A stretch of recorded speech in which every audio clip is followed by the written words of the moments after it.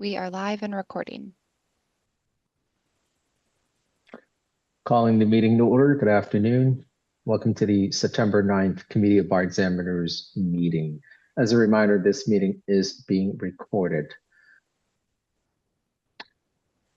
Devin, can you please call roll? Bolton. Bolton. Dr. Bolton is present. I believe he's muted. Cow, not present. Chan. Present. Gongora, not present. Kaplan. Here. Kramer. Present. Lawrence. Here. Lynn, not present. Maciwala. Here. Montgomery, not present. Peak, not present. Silva Guzman. Here. Smith. Here. Smith, or excuse me, Reyna, not present. Reyes, not present. Yokelson.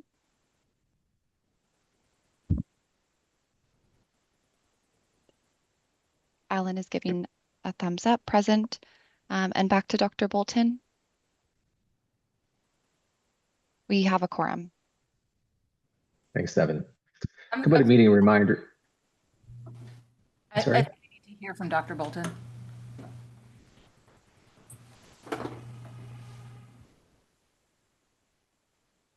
Dr. Bolton, if you could unmute, just to confirm that you're present.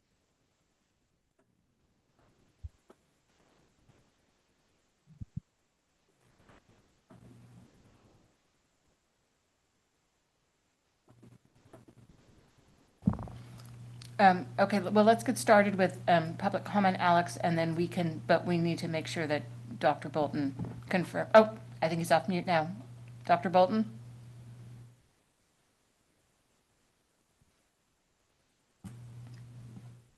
Yeah, we still can't hear him.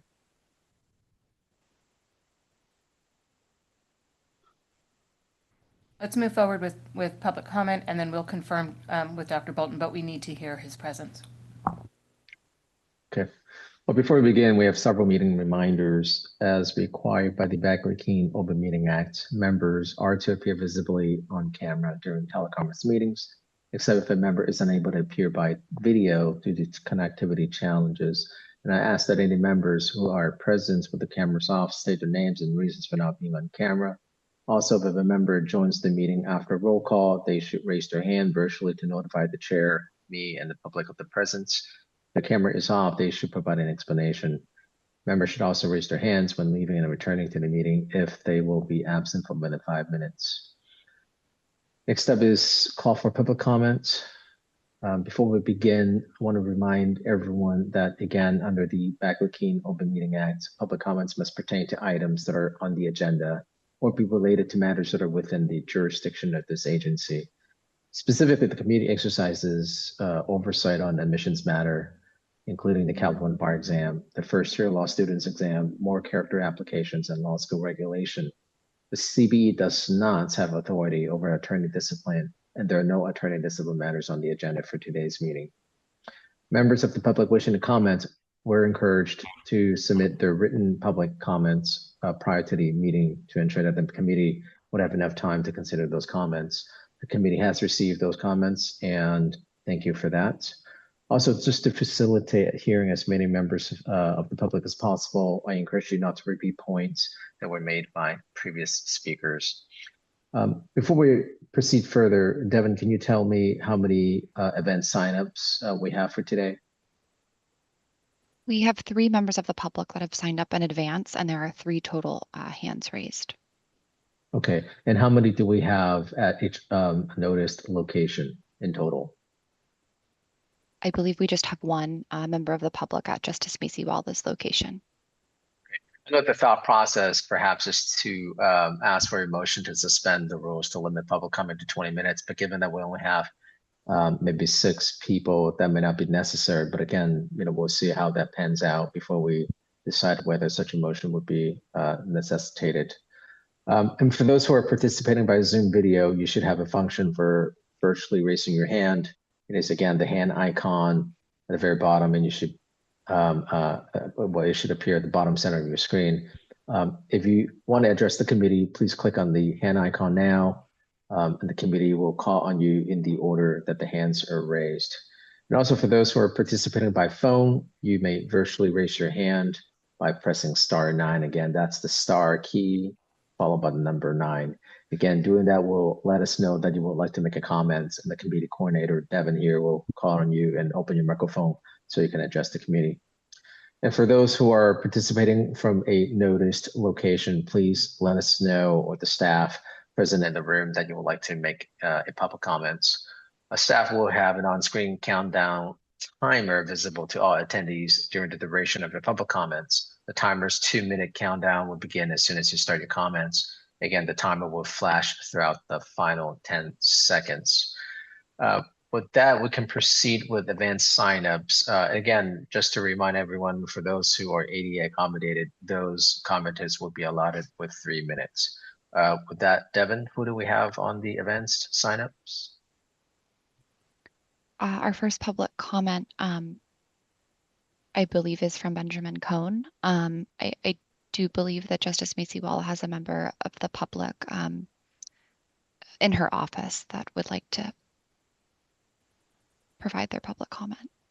Okay, that's good to know. Well, let's just go through the event signups first, Okay. Followed by the in-person commenters. Okay. So with that, Mr. Cohn. Thank you.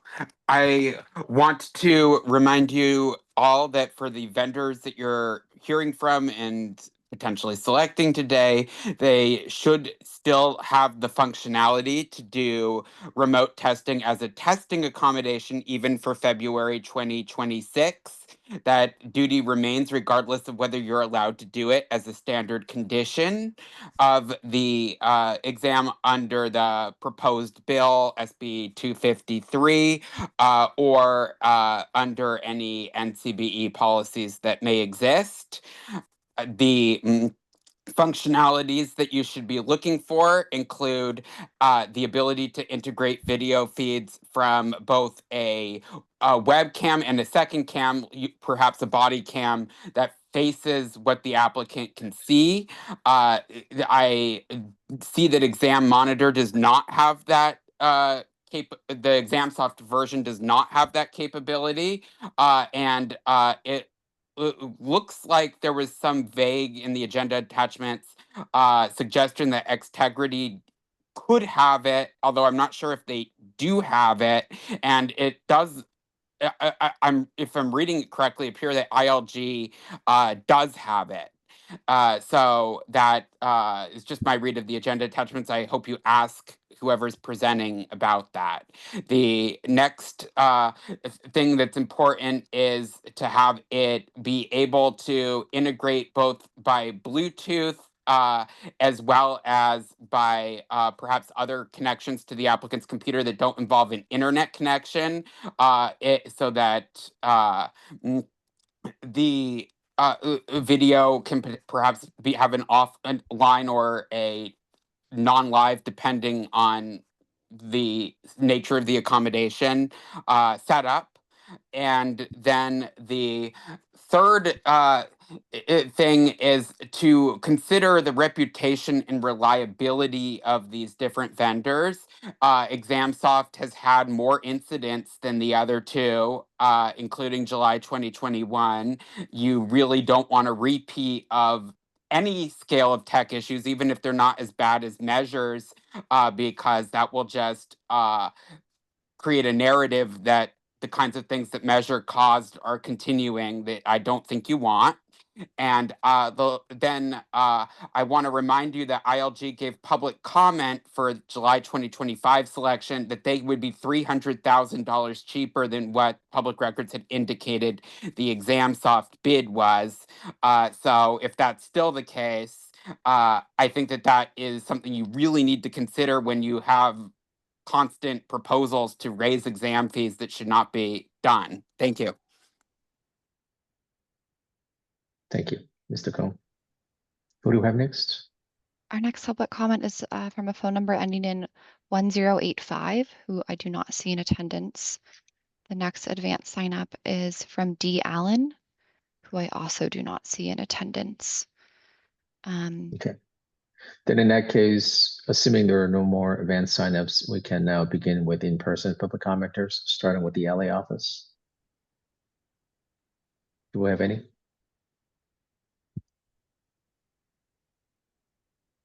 No, nobody is in person at the LA office.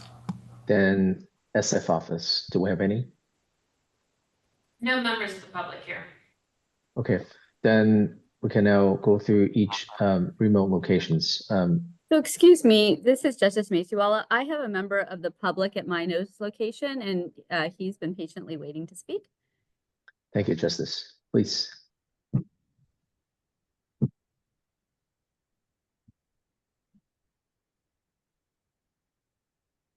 Good afternoon, begin. all committee members. My name is Kai On from Sacramento.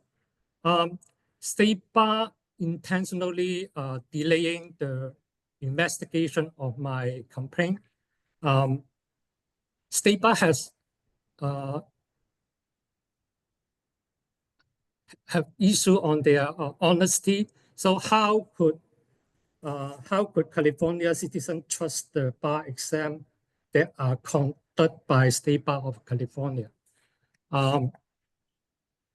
Sacramento DA office provide me fake information about my father's death, but Sacramento DA and Attorney General did not investigate. Then they use a incorrect excuse to dismiss my complaint. Then keep pending my complaint review request. Because yesterday I went to San Francisco Supreme Court oral argument to submit letter to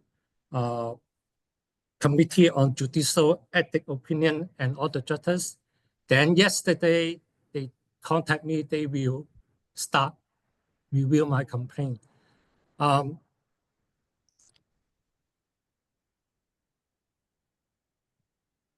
If the State Bar have a conduct issue inside the staff, there will be no good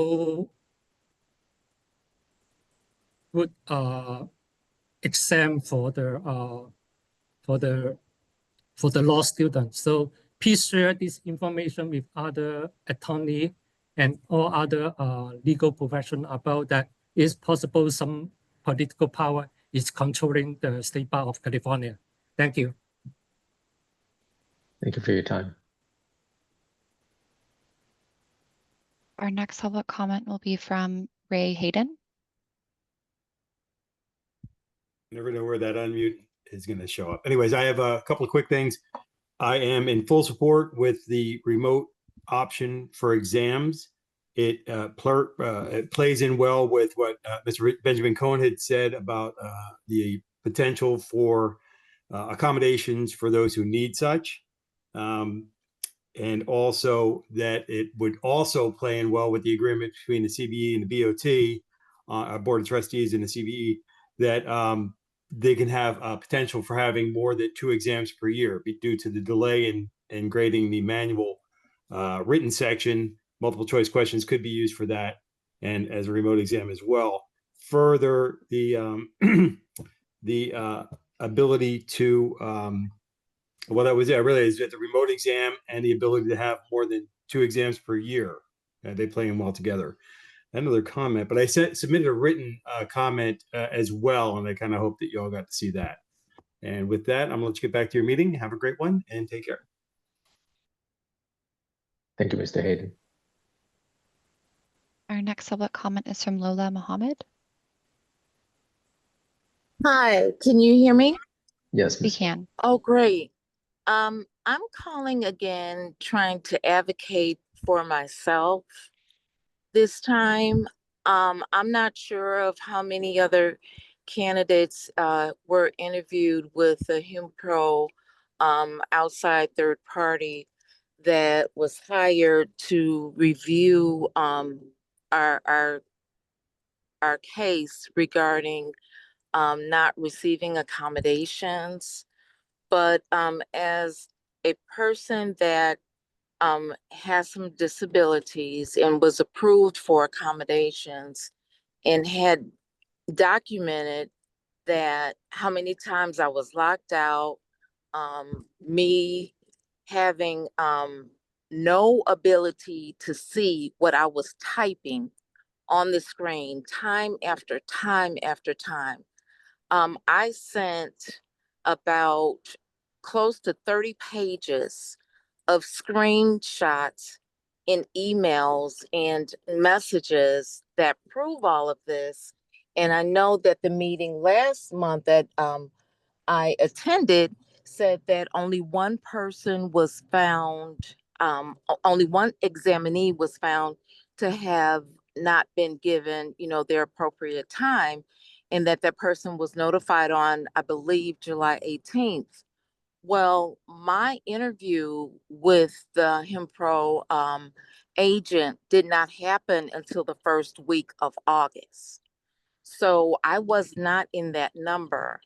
And I have sent several messages asking and just about pleading for someone to please hear my case, because I have the proof that shows that I was locked out.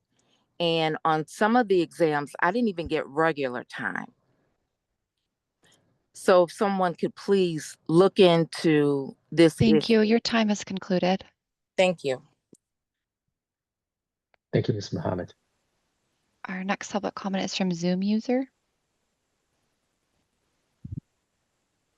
Yes, hi, can you hear me? Yes. Hi, thank you so much for giving me the chance to speak. I respectfully want to ask that the software to be selected fully support to remote testing, even though the February 2020 bar exam was a disaster for me, but going in person because of my cancer disability and I've been on treatments for 12 years now, and my body relies on this. But going through that requires me to stay away from people, and like 4 days of test taking, being in person and with a proctor, that exposes, because I don't know who that proctor is. I don't know what kind of people they hang around with and what kind of like immune system they have, but I know about mine. And online testing would really, really, really help me and support me. Um, if you guys are able to find a software that actually works, not like February 2025 bar exam. I'm miserable. I'm thinking about like February 2026 and going in person with another proctor and going sick again. It's just like a flashback to 2025. I just get tremors. I get panic attacks. I'm scared. I don't want to go through that again. But online testing was perfect for somebody like me. There's so many people that their white blood cells are so low, just like me. I went to one seminar with mask for 10 days. I was sleeping in my bed. Why? Because I catch COVID. I still have the proof of that. And this is how my life is.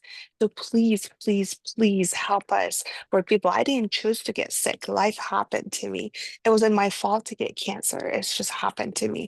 So at least this will help my life to stop putting my life on hold. So please think about it. Please help us for February 2026. Thank you so much.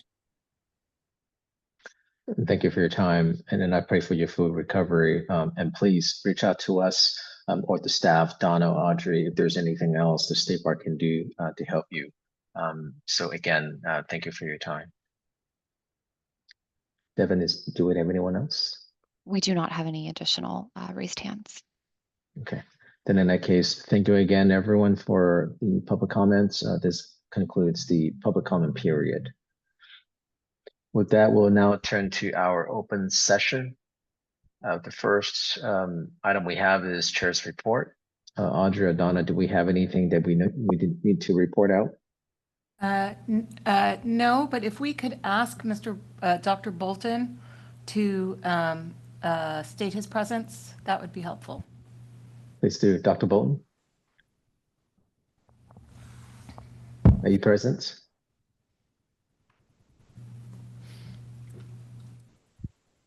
Dr. Bolton, if you press the star key and the number 6 if you're calling in to unmute yourself.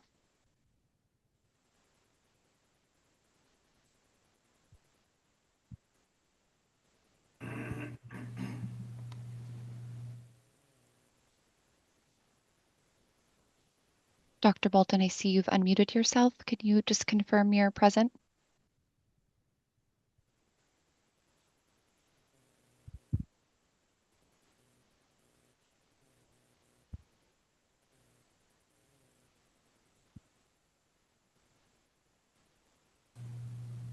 Dr. Bolton, are you there? I can email Dr. Bolton and see if I can help troubleshoot. Let's do that. Yeah, let's make sure that he's not having audio-related technical issues. With that, since there's nothing to report out, let's turn to agenda item number 2, which is, well, first and foremost, before we start, I anticipate that we'll be going into closed session before the completion of item 2.1. And so what we're going to do today is we're going to take the items out of order, starting with item 2.2 first. We'll then proceed to the vendor presentations and committee discussions on item 2.1 in open session. And to the extent we need to discuss security impacts of the different platforms or proprietary information, will then go into closed and then return to complete 2.1. So with that, let's start out by discussing agenda item 2.2, which is the action to confirm deadline to withdraw from February 2026 California bar examination for applicants with a fee waiver. I believe, Audrey, you have a presentation for us.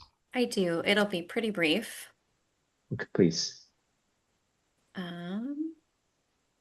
Great. Hopefully everyone can see my screen. Okay, I think Alex just said the title of this for me. So briefly, just as a reminder, the board approved fee waivers for unsuccessful February 2025 applicants that got extended through the July 2026 bar exam. There was a grant of additional flexibility to withdraw all the way up to the day before the July 2025 exam because the HMRO review was pending. And at that time, the Supreme Court action regarding the provisional licensure program expansion was also pending. So for that February 2025 population, there were a couple different things in the air. And so we granted this flexibility to withdraw all the way up to the day before the exam. Those conditions no longer exist. We ended up for that July 2025 exam having about 1,300 total withdrawals, not just from February takers, but other folks who are withdrawing and some who are withdrawn by administration. But about 200 came from that February population right before the exam, which creates an administrative burden for staff. So it's hard to plan for the number of test takers.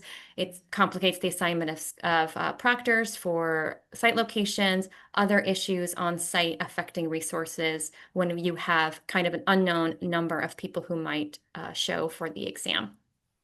So the recommendation is that for this coming bar exam, the February 2026 exam, those February 2025 takers who still have the waiver should adhere to the posted withdrawal deadline. The most pertinent deadline is the final withdrawal deadline, which none of our deadlines are posted until the application opens October 1st, but that will be February 10th. And if they don't withdraw by that deadline, then they would lose the waiver ability for the next exam and the last exam they're eligible, which would be July 2026. And then I know we have a resolution, or there are any questions?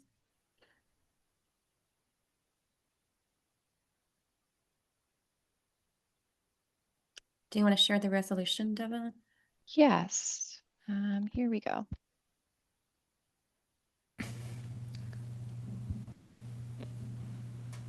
So we can't, echoing, we can't take a vote on the resolution until we have either Dr. Bolton announcing his his attendance, where we are expecting one member in 3 minutes and potentially another member momentarily as well. So I think we have to put over the vote on this, but open this up for discussion, have the discussion, put over the vote until we get that quorum.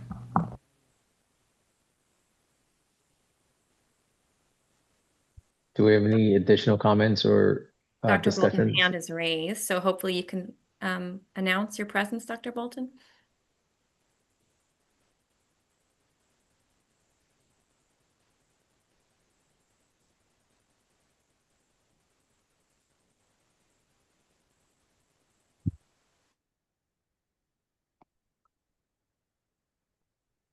Say Dr. Bolton dropped off. Oh, I'm gonna try calling him and see if I can get him on the phone and then put him through that way. Okay, yeah, Dr. Bolton is back again.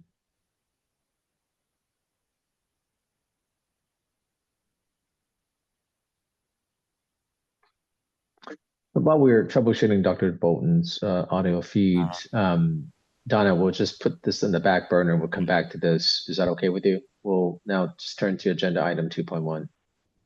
Yes, that's perfect. Thank you. Dr. Bolton has raised his hand again. Maybe he can speak. Dr. Bolton? Sure.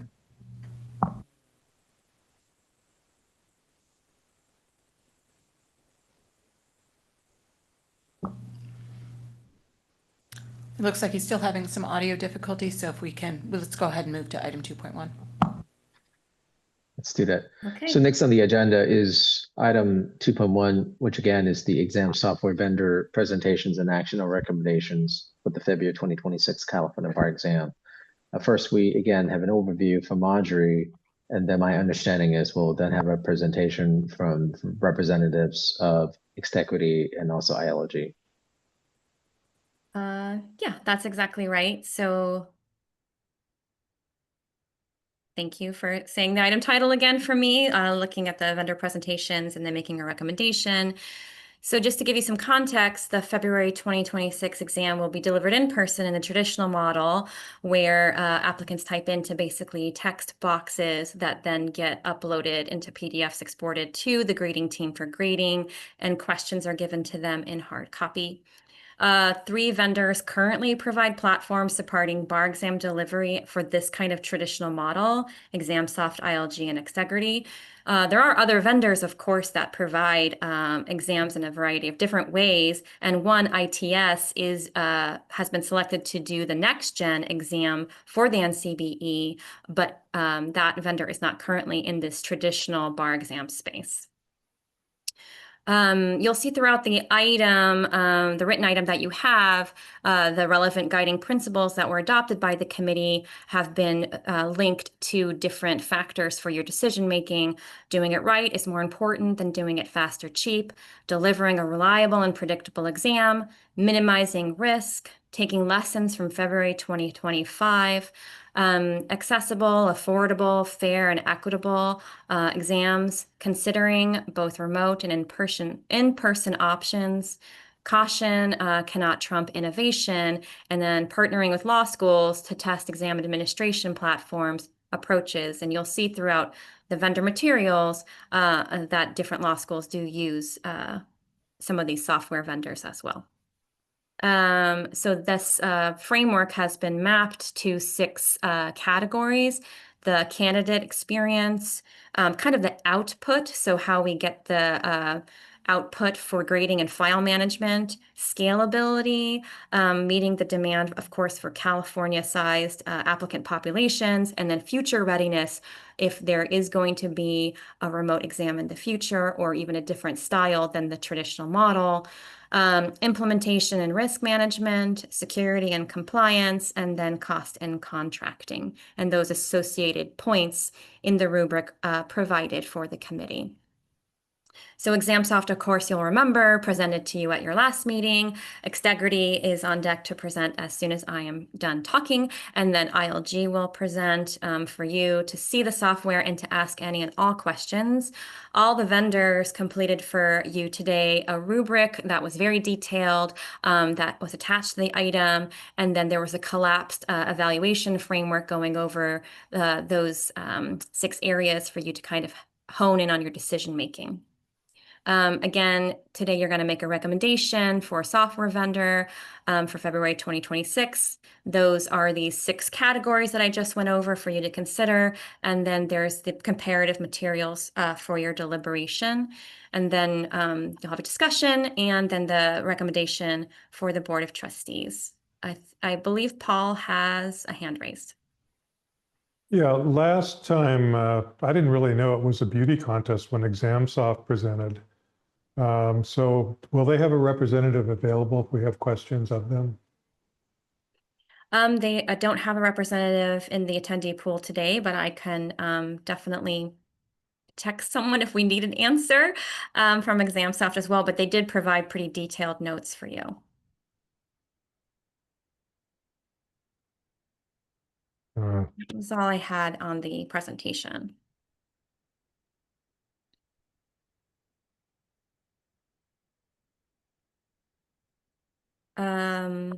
Do we want to try, did we have anyone, and we could go back to the 2.2 motion before letting Extegrity present, or we can go right to, they're all in the attendee pool if we want them to start presenting. Are we able to connect with with Dr. Bolton? I think we're still trying to assist. Then in that case, let's continue with the vendor 1 presentation. Okay, I'll promote our presenters.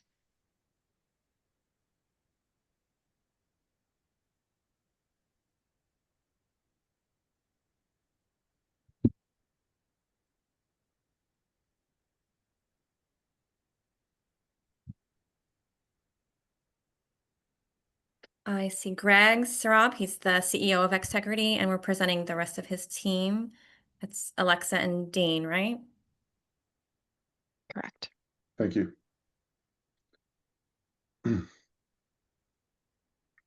Ready? The floor is yours. Thank you. All right, thank you all. It is an honor to be here.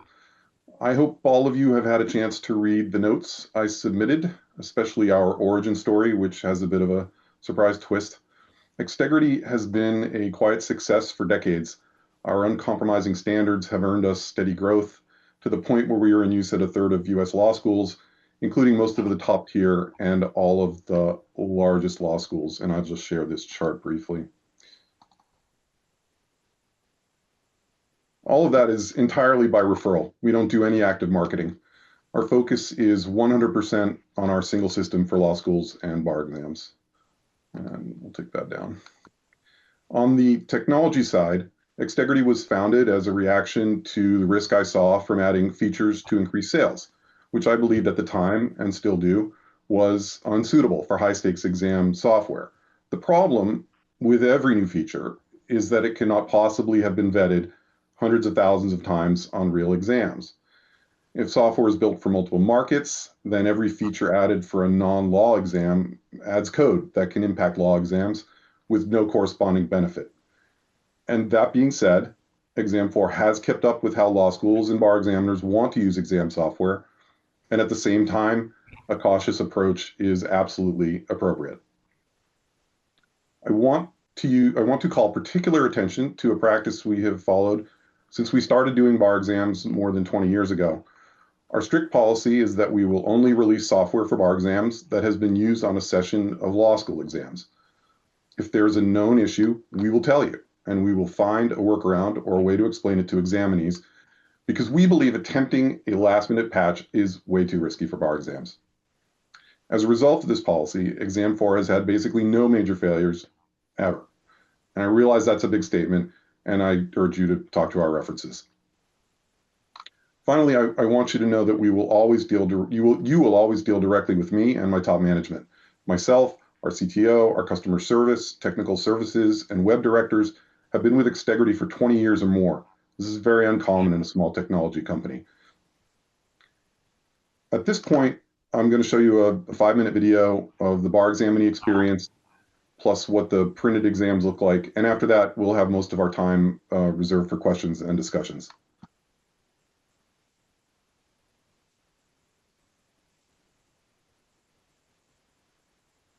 Where's the video?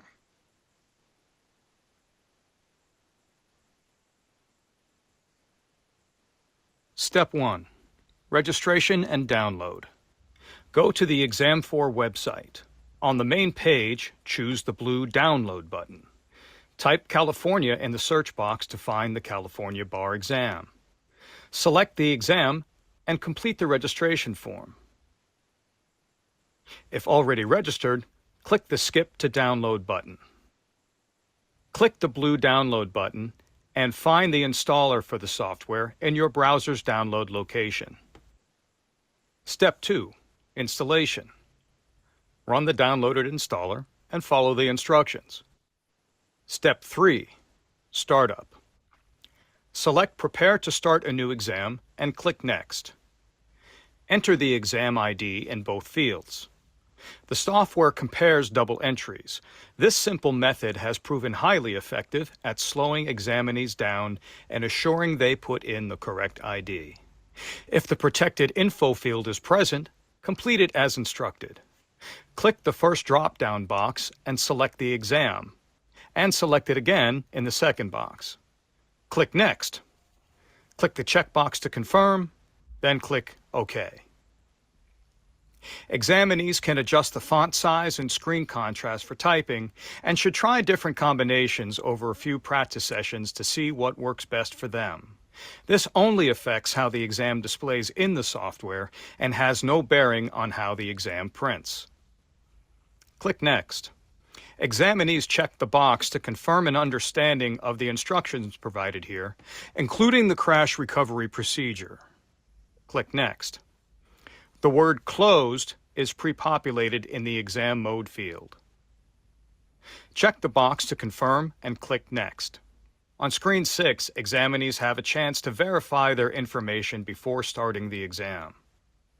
When time starts, they are instructed to click Begin Exam.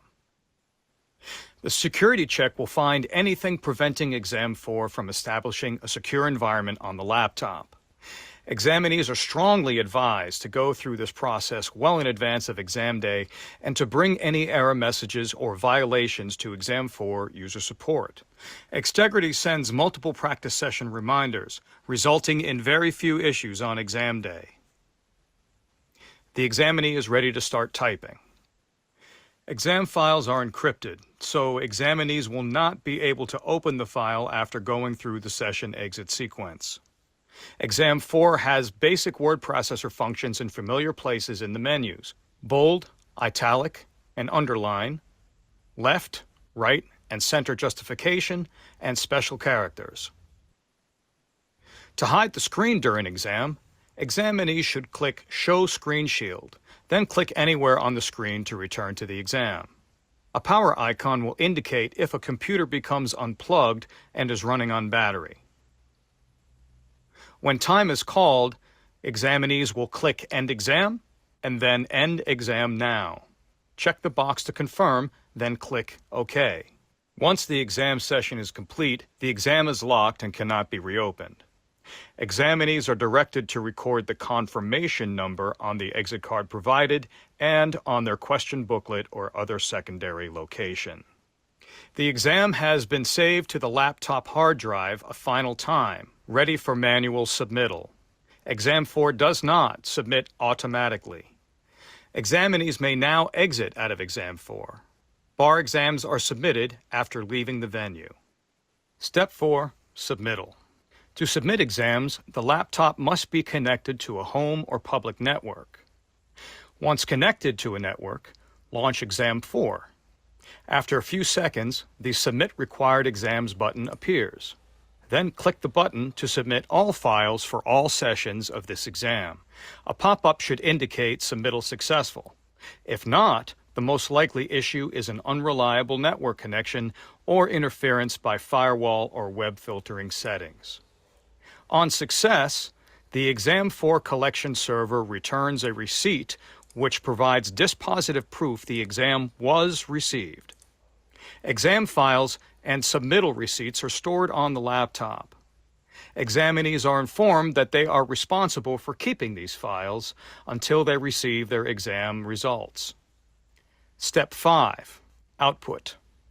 After submission, a PDF document is created for each question answered by every examinee. These are then delivered to the bar examiner for distribution to graders. The exam ID is the only identifying information in the PDFs.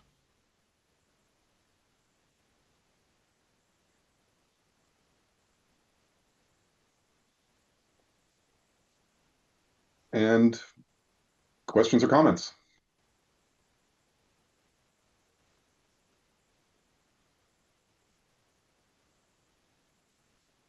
Yes.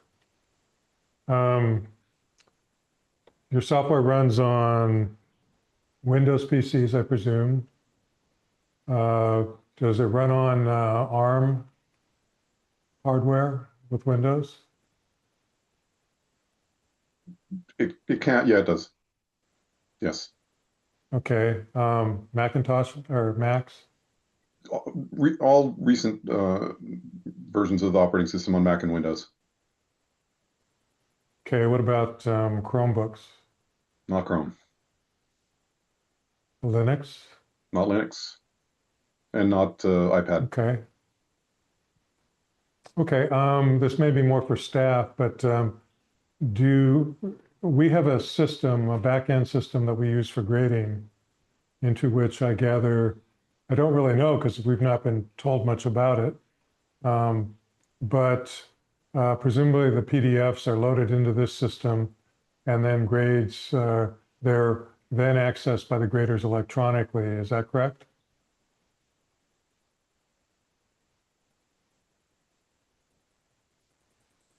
So you were saying, Greg, you could output it the same way to PDF that we do it currently, or you have your own grading management system. Both correct. Yeah. Okay.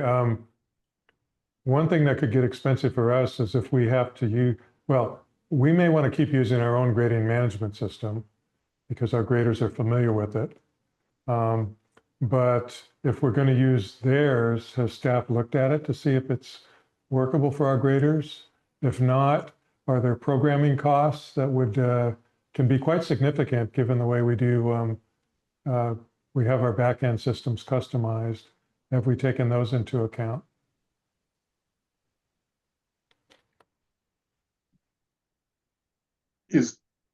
I'm sorry, was that a question for me? It's more for staff, I think. Okay. Has staff looked at your grading software to see if it's using? No. We haven't done a demo of the grading system Extegrity has, no, but they've confirmed they could output in the way we currently output the grading files. Let me just say that it is used by several states. Their processes are pretty similar. If you could give me some idea of what's different about your requirements, we could certainly get you an answer pretty quickly. It may be that you're not as different as you think, or you may have something very unusual. So give us a chance to respond to that, and we will. Okay, yeah, I simply don't know, and that's because we don't, in the past, we haven't dug into this level of detail to these issues, but I think it worries me a little bit that staff hasn't looked at that at this point. And I'll let Ashley go. I may have a few more, but I'll be quiet for a while. No worries. I noticed that it sounded like the exam answers get downloaded as kind of like a proof of completion, essentially, and then get uploaded at the end once you're attached to the Wi-Fi and can submit it to the company, right? Is it possible, or I guess what format does that save as? Is it possible for student or test takers to change that file after or access it in any way before they submit it? So if you're having if you've got a couple hours of exciting reading, you should read our patent on this one. So the file when the exam session is ended, the file is locked, and then examinees are recording what we call a confirmation number, which is only given to them at the end of the sequence. They couldn't have known it in advance, and so that's collected before they leave the room. And then the result of that is that whenever they get around to submitting the file, and it could be a year from now, we can guarantee that the file that's submitted is the one that was written in the room.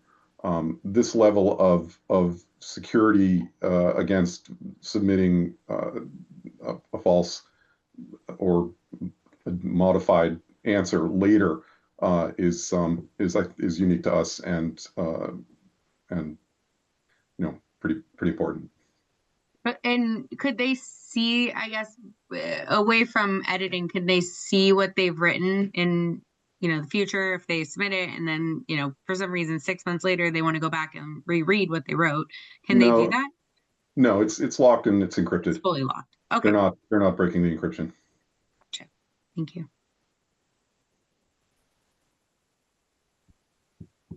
Hi, this is Jillian. I had a couple of questions.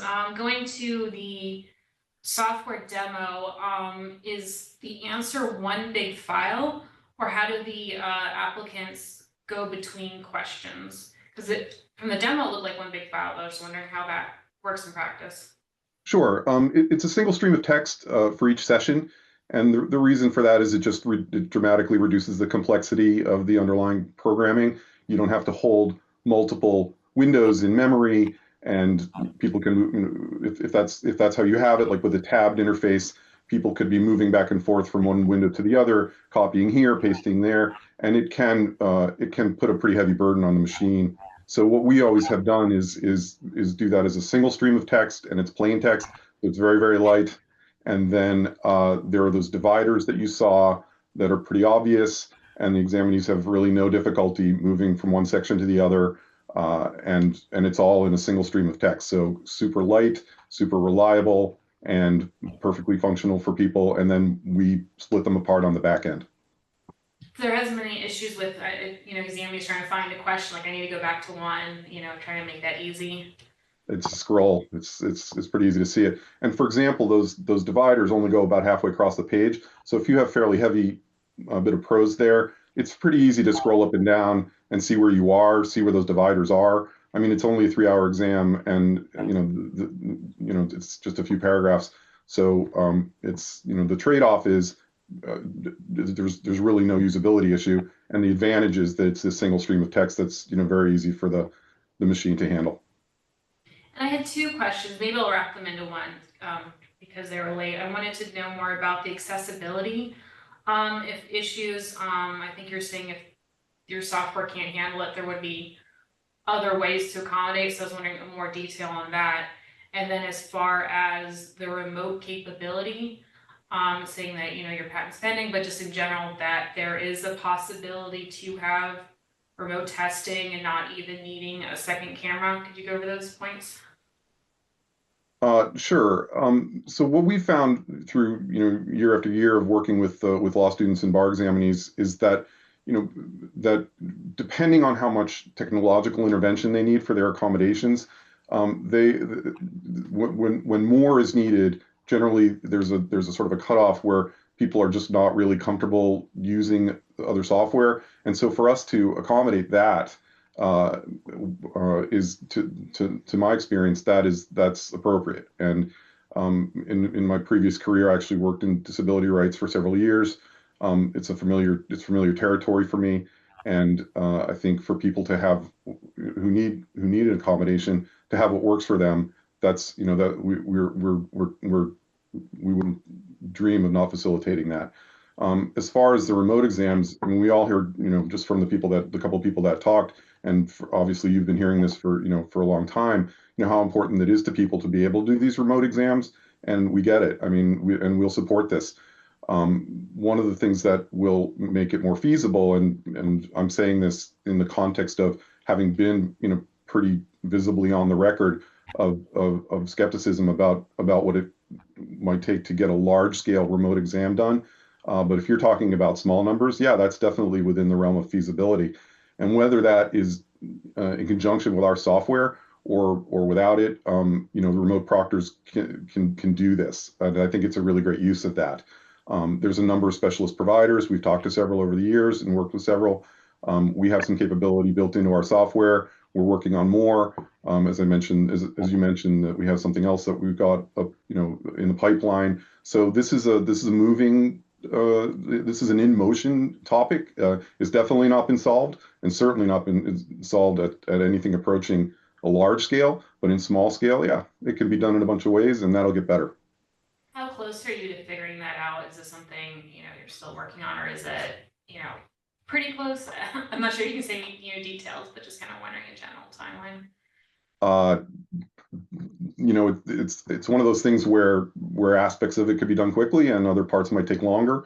And I'm uncomfortable, a little bit uncomfortable kind of getting into it because I would, you know, part of that would be if you really wanted it and like the idea, we would, you know, light the boosters.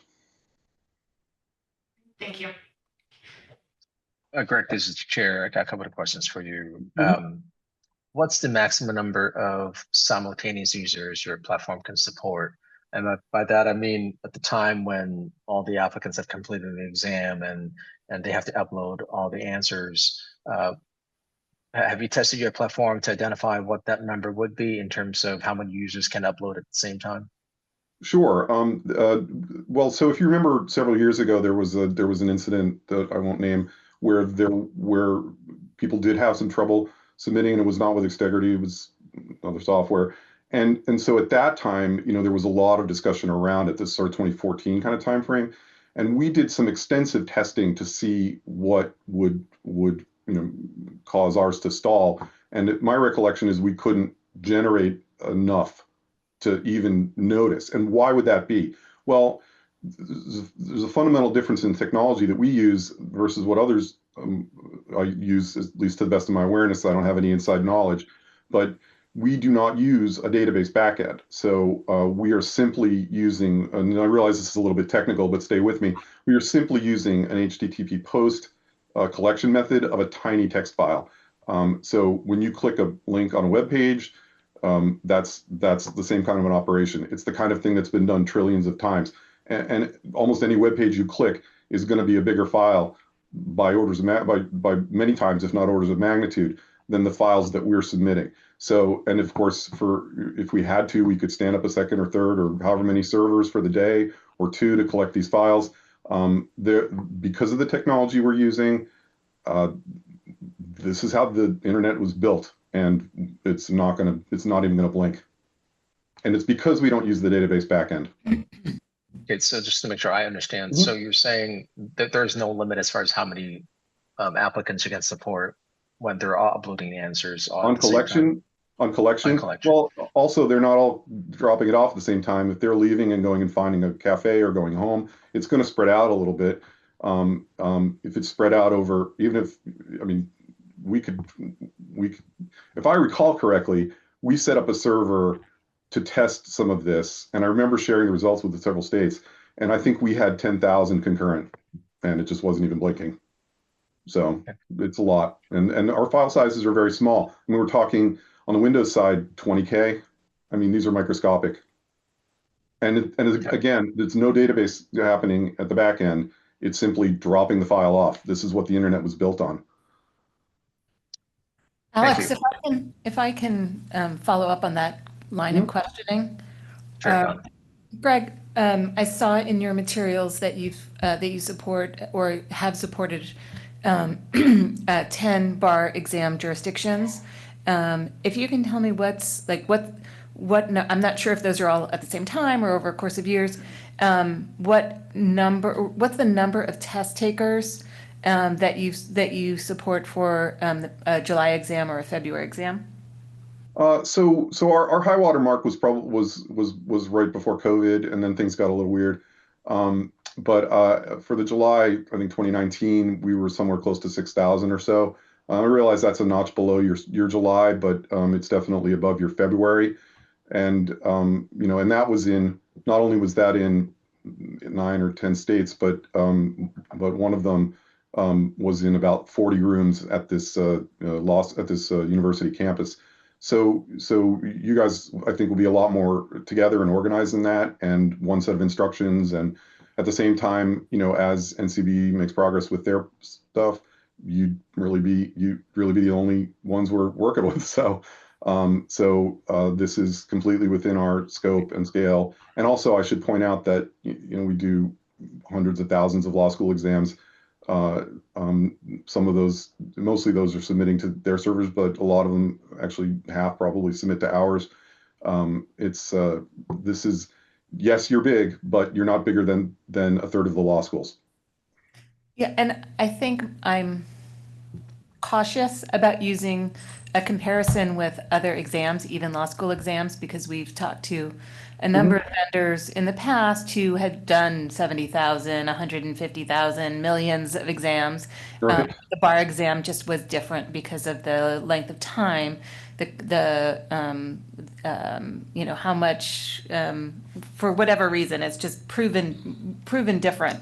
And so currently, how many bar jurisdictions are you doing?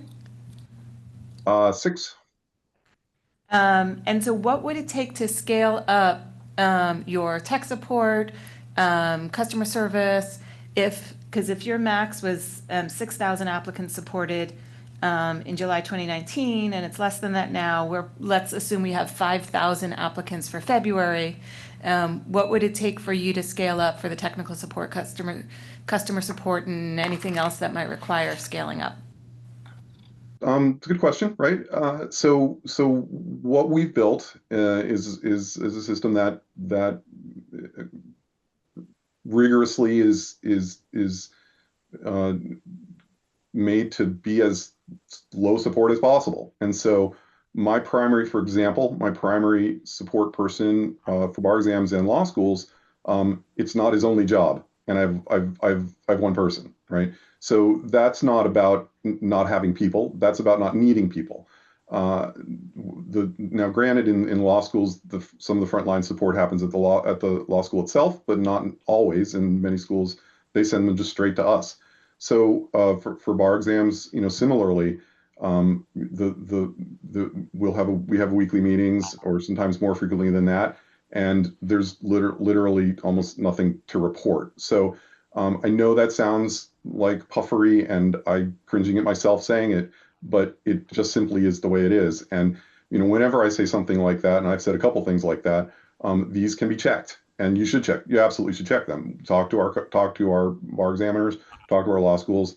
The other thing that we can do for bar exams, of course, and when we scale up for you, is that we've got tech people at the law schools, and also who've been working on our bar exams for decades. They know our stuff as well as we do. And if we needed to bring somebody in for a week to catch the load of support that may come up in the week before the bar exam, I wouldn't blink doing that. I'm happy to do that. So a lot of people know how to use our software. They're relationships that we've cultivated over many, many years, and I can scale that up with a phone call. I have a couple more questions. I know we're running low on time, so I want to do this quite rapidly, so you can give me a short version of your answers. When you're talking about the 6 jurisdictions, which one is the biggest one? Currently, either Maryland or Virginia would be the biggest one right now. Okay, and I want to talk about temper protection very quickly. What do you use to ensure that, or to detect or prevent tampering with all the exam files that are stored locally? Tampering with the exam file that the examinee made? Right. It's encrypted. I understand that, but what do you use to detect that someone is actually trying to tamper with that encryption? For example, do you use checksum verification? Do you use digital signature validation? I mean, what kind of encryption do you use? You can talk as technical as you want. We have actually quite a few technical people on this committee. Okay, well, that might be something better for non-public, and I might have to get my tech director on that. Okay. please revert back to us on this. I do want to make sure that I understand the encryption protocol you guys are using. Another question is interruption recovery. For the past February exam, one of the issues is interruption. And so when a test taker's computer powers off and crashes, how do you preserve that data? And how fast are you able to resume that data so that the test taker can resume where they left off? Right. So the software is saving every 10 seconds. It's doing a backup file every 2 minutes. If the primary file, the 10-second save was corrupted, then we'd go to the backup file and they lose on average a minute of work. They're just rebooting, and the software, sees that there's not been a flag set for the end of exam, and it will let them back in. Typically, we combine that with a procedure. Somebody has to observe it, and then with the combination of the way the software works and the way the procedure works, they're not doing anything else while they're out of the software. This is tight, and that's been vetted and dialed in for forever. Final question. Do you have any audit logs showing whether the test taker or what the test taker did throughout the exam and whether they have uploaded or did not upload the file as instructed? We do. And how long is that log saved? It is. It's on their machine, and it's also in the file. The file is submitted, so you have it. Very well. I want to make a quick announcement. Mr. Gongora has now joined the committee, so welcome, Mr. Gongora. I also want to make sure we have enough time for other members to ask questions, so this is a good time. Justice Mesiwala. Hi there, good afternoon. I'd like to ask you about your comment regarding feasibility of large-scale remote testing. Can you tell me a little bit about your thoughts about that? Okay, so I have, I'm sorry, you're asking when and whether I think that is something that you can move to? I'm asking, based on your experience with your technology, it sounded like you had some doubts about the feasibility of large-scale remote testing and maybe some concerns. So I thought you could speak to that because there are some committee members, I think, who are interested in exploring that possibility sooner than later. Got it. Well, for sure, remote exams are kind of a holy grail. It's clearly something that people, want, and with advances in technology, people, I think, believe that it could happen. COVID obviously, propelled that along a little bit, and of course, it's I don't have to look too far, to come up with examples where it was not quite there. And I think that one of the ways to look at this is that there's really two components to a remote proctoring undertaking.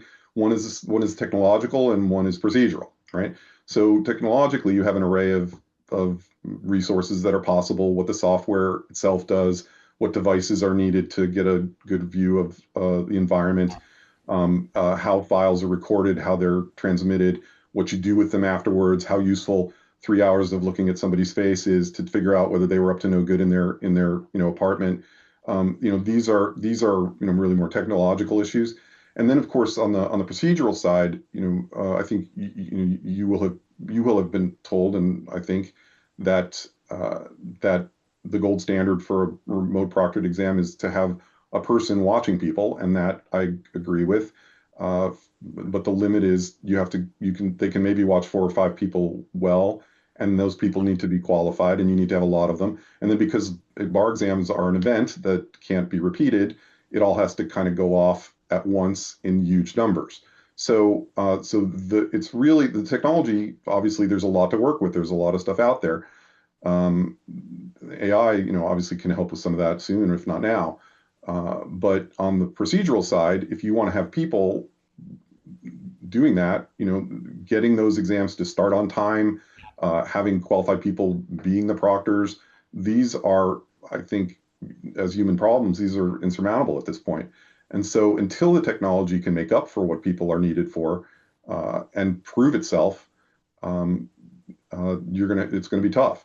One of the issues, one of the ways that people try to solve this is with the second device, which I think was mentioned here. And there's pluses and minuses there, because the primary device would be an onboard camera built into the laptop that's being used for the regular part of the exam. The second device is remote. And yes, there are ways to get it to connect, but it connects and then it disconnects. It works and then it doesn't work. And then you got twice as much video, and somebody didn't put it in the right place, or they sneezed, and moved it, right? I mean, there's a lot of ways. It's fragile, and for it to work, it needs to be more robust, simpler. And I think you kind of see where I'm going. I could probably talk for an hour on this or more, maybe 5. I spent a lot of time looking into this, and I'm on the record. If you Google me up in ABA Journal, you'll find that I've spoken about this repeatedly, both in 2020 when NCBU was trying to figure out what to do with it, and then more recently, I was interviewed again. So I'm on the record, and I'll probably be there again pretty soon. Thank you, Mr. Schraub. Mm. Comments from anyone else? I just have a couple of questions, Mr. Chair. I'll be quick. Go ahead, Donna. So just to follow up, Greg, on the question that Alex was asking about how things are stored in case somebody's system crashes. Those backups that happen every 10 seconds are stored locally, though, right? So if somebody's system dies, permanently crashes, there's nothing that can be done to recover it. Well, so most laptops these days have solid state drives, and the odds of the drive itself, completely failing, pretty low. I mean, we've not had that with solid state drives. It's stored locally. It's not. But this doesn't require an internet connection during the exam, so it's stored locally. If they can't shake it loose from their computer, there's no way that you have access to it. I think what would probably happen is we would give them, instructions, how to find the file if somebody can get into that hard drive for them.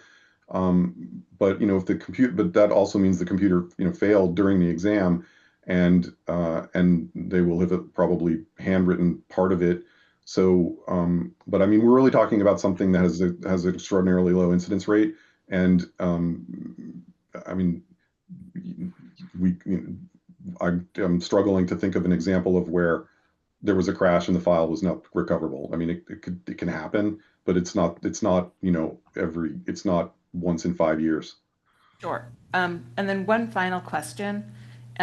Your materials that you submitted talk about intentionally not making updates, so that we don't, you don't end up like having done an update too close to the exam that hasn't been tested hundreds of thousands of times.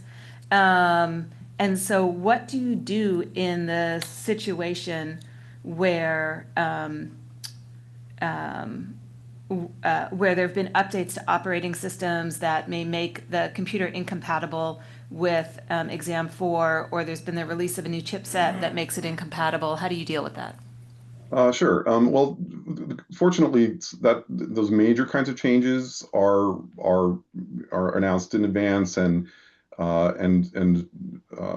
there is time to tell, if we think there's an issue, we can tell people in advance that a new chipset, for example, might not be supported, and I can't really do a lot more than that. Where we run into that most frequently is with Apple doing a major OS update in the fall, a month or so before law school finals, and there's a little bit of a moment there because we do have to check it, and we can't rely on what's called the gold or the developer final developer release. We actually have to look at what they actually put out, because they have changed those in the past, from what they said was a final to what they actually put out. So, but the good news is that does get done, and Apple's can be counted on to do that in the fall, September, October. So we will have months to sort that for February. I doubt they're going to change that, because they've got an entire worldwide ecosystem of users that have to have some kind of reliability as to how the basis of their operations functions. Microsoft is more gradual with those things, and they learned very well that they have to be very, very cautious about what they introduce. and it's easier to rewind or go back to an earlier version with Windows. So we don't usually see a lot of problems with any problems with Windows. So yeah, between Apple's smart timing and Microsoft getting the message, this has gone really well for many years. Thank you. I appreciate you answering those questions. Great. I want to be very clear about what, well, at least the pool of applicants we have. While we have, or should I say, while a lot of the candidates or test takers now use laptops with solid-state drives, we still have quite a few examinees using older machines with traditional, HDDs and limited memory. In fact, can your software reliably support these older systems, especially under exam conditions involving, local autosave, encryption, and device lockdown? And do you have, or at least walk us through the minimum hardware requirements and performance benchmarks for the scenarios? So, so one of our mottos around the office is we like big buffers, so leaving quite a lot of space so that we're not really up against a fence or wall or anything like that. And so, so what we do is we support the most recent versions of the operating system. It doesn't make a lot of sense to try and support much older versions of the OS. And then, of course, particularly on the Mac side, they will also sort of roll along with what OSs the hardware will support. So you can't really have too old of a machine and run a relatively recent OS. It just, that's Apple's call. So that's worked out pretty well. If you got an old clunker, you can borrow one, rent one. You don't have to buy one. But I mean, I for years, just because I'm a dogmatic kind of guy, ran ThinkPad X220s. I mean, up until about 3 years ago, just because I like them and they're old, and those are $100. I can buy any laptop I want, right? But I bought old Lenovo's, and the software will run on those totally fine. Just quickly on the PC side, what's the minimum requirement on the Mac side? What's the minimum requirement? Any machine that'll run the current and probably one or two previous major OS releases. Any machine that'll run those will run our stuff. What about memory? If it'll run the OS, it'll run our stuff. And what about memory? Do you have a minimum memory requirement? No, just if it'll run the OS, then there's plenty. Okay. And same thing for the Mac? Mm-hmm. Okay, thank you. Any other questions from any committee members?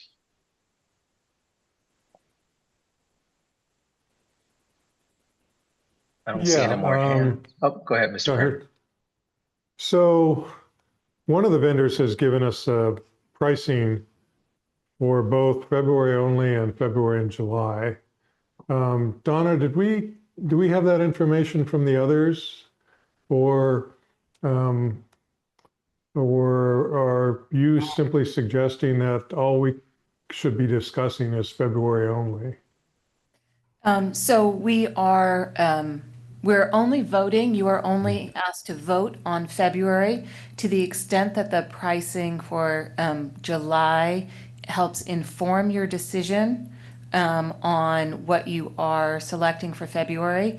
Obviously, you want to be fully informed, and so we only received that information from the one vendor, what the pricing would be if we contracted for multiple exams. We have not received that from the other vendor, so it would be a fair question for you to ask Mr. Sarab. Yeah. Okay. On the spot there. We would maintain that pricing, and the most I'd ask you for is CPI. Is that okay? Okay. Well, the other vendor is offering a lower price for taker. Oh, I didn't know that. Extegrity's price is the same as the discounted price, right? Of $75 per applicant inclusive is what I believe. I think ILG's pricing is different. Is that what you're looking at, Paul?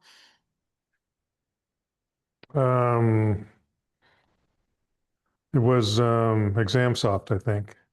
Wasn't it? Their discounted price is $75 per applicant, which is, I think, the same price that Extegrity submitted. Did they add that after they saw mine? Maybe. I mean, this is, you know, I would be thrilled to work something out that you love. Once you see how, once you see how the software performs, this is a little bit of being put on the spot, but I guess that's what I'm up for. But I mean, we would love to have a long-term relationship with you, and I would set a price that works for both of us, and that's around where it would be. And if it's a longer term, I'm flexible because we're not a huge company. This would mean a lot to us. We've put a lot of effort over many, many years to build up a fabulous system that is, you know, on the verge of being obsoleted through ours and ExamSoft's and ILG's. It's existential right here. So, you know, I'm so thrilled to hear that California has got, you know, another way of doing things, and it's fabulous. I've been a member of the California Bar for 30 years. I went to law school in California. I lived in California for many years. You're my bar, right? And to see you do something bold and smart, I love it. And I would do anything to work with you, support you, and make it great forever. I don't know what else I can say right here. No, thank you. Okay. Yeah, it's Any questions unfortunate for- that we've set this up this way, that we're only talking about February, but that is the cards that are on the table. No, thank you. Okay. Well, given the time constraint, unless anyone has any additional question, thank you for your time, Greg. I appreciate your presentation, and thank you for all the answers and information. We really enjoy your presentation, and you should be hearing back from us shortly. Greg, if you have the chance, we'd love it if you stay in the attendee pool, or one of the folks who are with you, such that after we have the other presentation, the committee's going to discuss their thinking. If they have any questions, we'd love the opportunity to pull you back in. We also have a representative from ExamSoft who is in the attendee pool for that purpose. I will stay. Thank you all.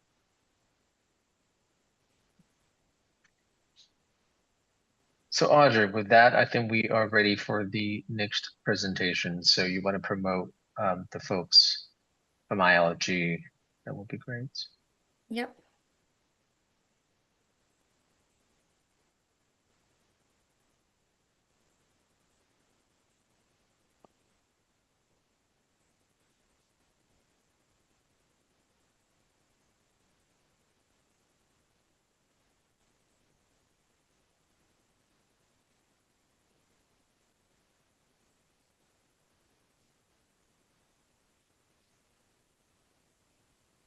Are you finding them, Devin?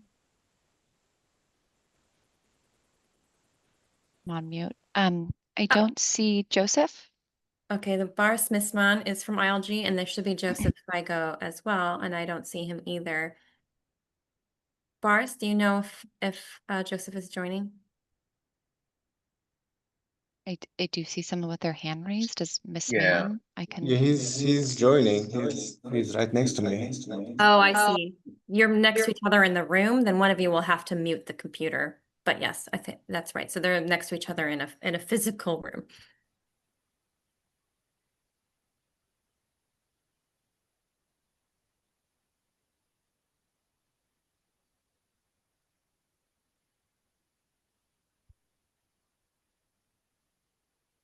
Okay. All right, good afternoon, everyone.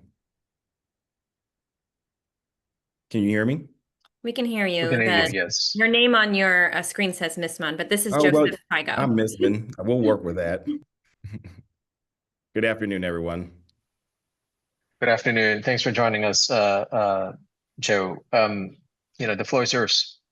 Thank you, Mr. Chair, Mr. Vice Chair, members of the committee, and SBC staff. With more than 20 years of experience serving as the Executive Director of the Missouri Board of Law Examiners and the Director of Administration with the Florida Board of Bar Examiners, I have had the privilege of working directly with the complex processes and high stakes of attorney admissions. Now, that background has been invaluable for me in my role as president of ILG Exam 360, where I draw on my administrative expertise daily to ensure that the needs of our admissions agencies and to ensure that our software integrates seamlessly with those agencies in their operations. Having been in that position of an administrator myself, I understand firsthand the challenges agencies face and the importance of reliability, efficiency, and support. This perspective allows me to guide our team in delivering practical, user-focused solutions that have already benefited 19 admissions agencies across the state at the bar exam. I'd like to also introduce to you Barish Misman, the president of ILG Technologies. Hello, my name is Barish Misman, and I'm the founder and the president of ILG Technologies, the parent company of ILG Exam 360. I started ILG Technologies in 2006 as a software company, and from the very beginning, my focus has been entirely on the bar admissions and the bar examination space. Today, ILG works with 27 jurisdictions total, providing the essential services they need to run the admissions and the exam platforms combined. This includes secure software, application admission office support, and reliable database hosting. Before founding ILG, I worked in the IT for several startup and enterprise software companies in California, gaining the technical and business experience that I've carried forward into building the ILG in a trusted, specialized partner for the bar admissions.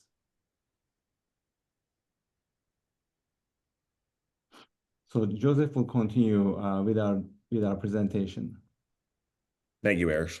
Let me go ahead and get my screen shared for you, if you give me just a moment.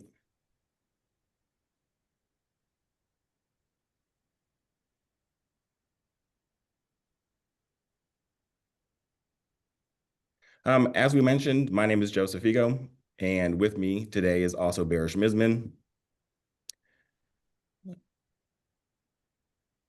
See, are you able to see my screen now? Yes. Okay. So ILG Exam 360 currently works with 19 admissions agencies across the state in order to provide our software for use at the bar exam. Now, all 19 of our jurisdictions came to us from other vendors that were already in the bar exam space. Many of our clients came to ILG because ILG has built a reputation that's based on trust, client-focused solutions, applicant and jurisdiction support, transparency, and our willingness to customize our solutions to individual jurisdiction needs. Now, we're going to go through some of the applicant benefits when we go through the actual software solution itself. But some of the things I want you to keep in mind is that our software is more user-friendly. It is a step-by-step based process, and it's really geared towards first-time users. So the intent of our software is to take an applicant who's never used it before and familiarize them with our software so that they can successfully use it at the bar exam. We'll go through all the options that are available to the applicants within the software. Also, a note is that we provide on-site technicians to every location where an applicant's taking the exam. So not only at accommodated sites, but also your main sites where applicants are testing. Now, our on-site technicians complete a rigorous training program that's module-based. They have to complete that training program every single exam. It doesn't matter if they've been with us for 8 years. Every exam, they take this training module. And at the end of each training module, there's a quiz that the technicians have to take. And they have to complete an 80% accuracy on that quiz to move to the next module. And the final module has a comprehensive quiz, which again requires the technicians to have an 80% accuracy rate in order to be able to assist at the upcoming bar exam. Now, part of the training that our technicians undergo is the requirement for them to complete what we call incident reports. So an incident report is sort of a quick note of memorialization of assistance that they provide in an applicant. And we require our on-site technicians to create an incident report every single time they interact with an applicant. So that might be answering a question for an applicant. It might be helping them power on their laptop at the exam, because believe me, whether or not we think it happens, it does. When applicants get into the bar exam, they're extremely stressed out, and sometimes they just need a little extra help. But our technicians are still required to report that to us. We then use that data after the exam to analyze not only the performance of the software itself, but also to try to find trends within the software to see whether or not there may have been problems across jurisdictions, or if the problems that were reported were in fact individualized, just isolated to individual applicants. So there obviously are some additional jurisdictional benefits. One of the things that we do that's different than some other vendors is that we have dedicated resources to each of our clients. So if you're testing in Texas, you have your own dedicated resources to Texas. If you're testing in New Jersey, you have your own resources dedicated to New Jersey. The same for Illinois, and the same for Oregon or Washington. Now, our software application also has extensive file security, including multiple layers of encryption. Our administrator website also provides extensive reporting capabilities, as well as the ability for us to create customized reports. Some of our standard reports include what I call the name search. So California has a PT, and sometimes a PT might prompt an applicant to write a memo or a letter. And I'm sure Audrey can attest to the fact that sometimes applicants inadvertently add their name to their answer. And when that gets to a grader, it causes a little bit of a mess to have to sort things around. So administrators are actually able to run our report, which will locate answer files that include any part of the applicant's name, and then allow the admissions staff to redact that name from the PT before it goes out to grading. One of the other reports we have is what I call the keyword search report, and that allows the administrator to locate answer files that do not include any of the keywords for that particular essay question. And again, most likely that's because an applicant may have typed their answer in the wrong location in the software, and it allows the jurisdiction to switch that answer before grading begins. One of the other things ILG does is we take on some of the administrative burden by ensuring that our staff sends out all the registration reminders and notices to applicants. And our reminders that go to applicants during registration are specific to those applicants and where they're at in the registration process. So if they've done nothing, their registration reminder tells them they have to complete the initial step of registration, download the software, install the software, complete their trial exam, and upload their trial exam.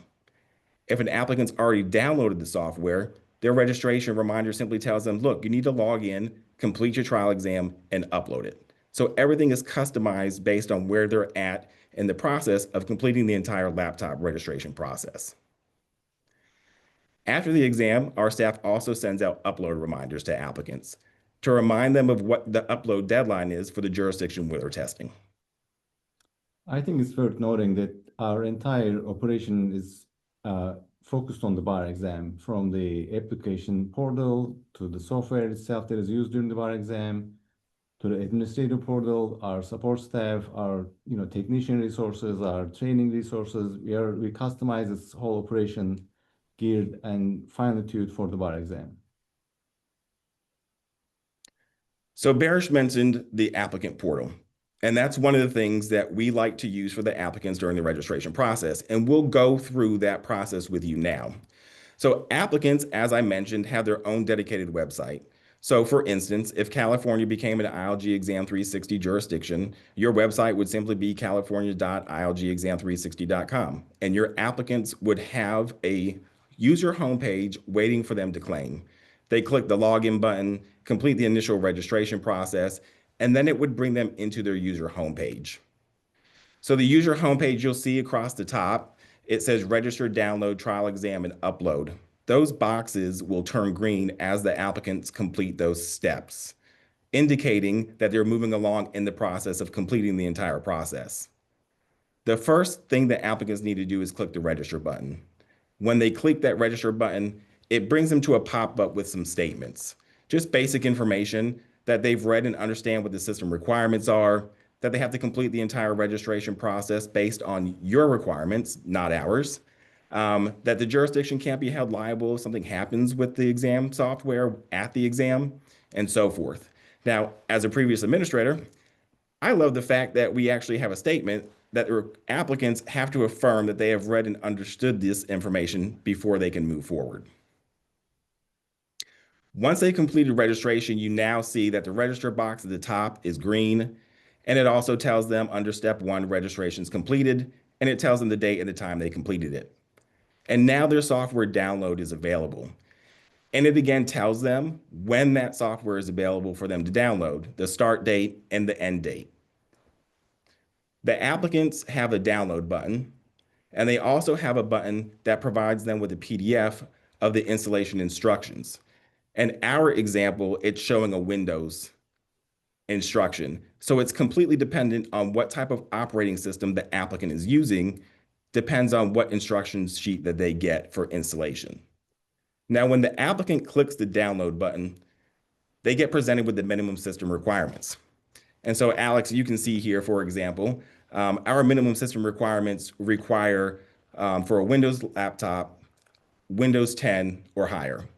For a Mac, it requires Mac OS 12 or higher.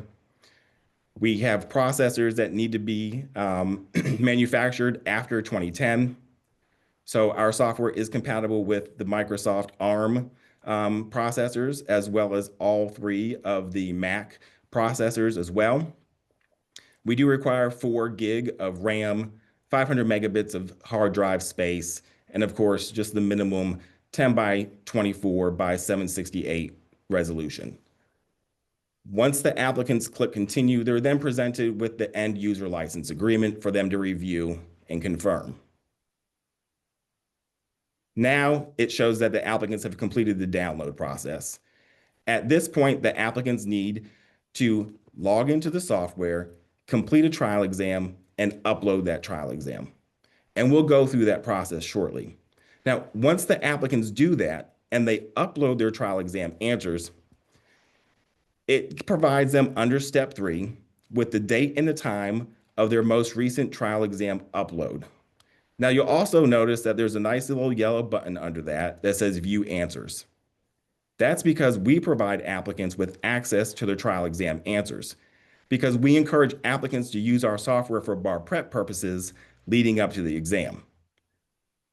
When the applicant clicks the View Answers button, it opens a pop-up box and provides them with their trial exam answers, and then gives them the ability to print those trial exam answers. It also includes in the top left-hand corner the word count, and on the right-hand side, the time they spent within this particular answer screen for this particular trial exam. So they can take the trial exam as many times as they want without, asking for a new download or anything like that, but they can only see the last exam they uploaded. So we'll jump into the actual software demo itself. I have one more screenshot to show you. This is what we call the pre-login screen. So when the applicants initially launch the software goes through a number of checks. It's confirming that the laptop still meets the minimum system requirements. It's confirming that it's not running a virtual operating system. It also checks to see if there's a dual monitor connected to the laptop. And if there is, it actually blanks out the other monitor. And then it also checks to make sure that the laptop has the required permissions necessary. On the right-hand side, you'll see a number of applications that are open. The software requires the applicant to close all of their applications before continuing to the login screen. Now, we can close those on behalf of the applicant, except the problem with that is we have no idea if they're working on something. And if we automatically close those applications on behalf of the applicant, then we may be pushing them to lose some type of work product that they might have been working on. So we'll go ahead and jump into the software demo itself.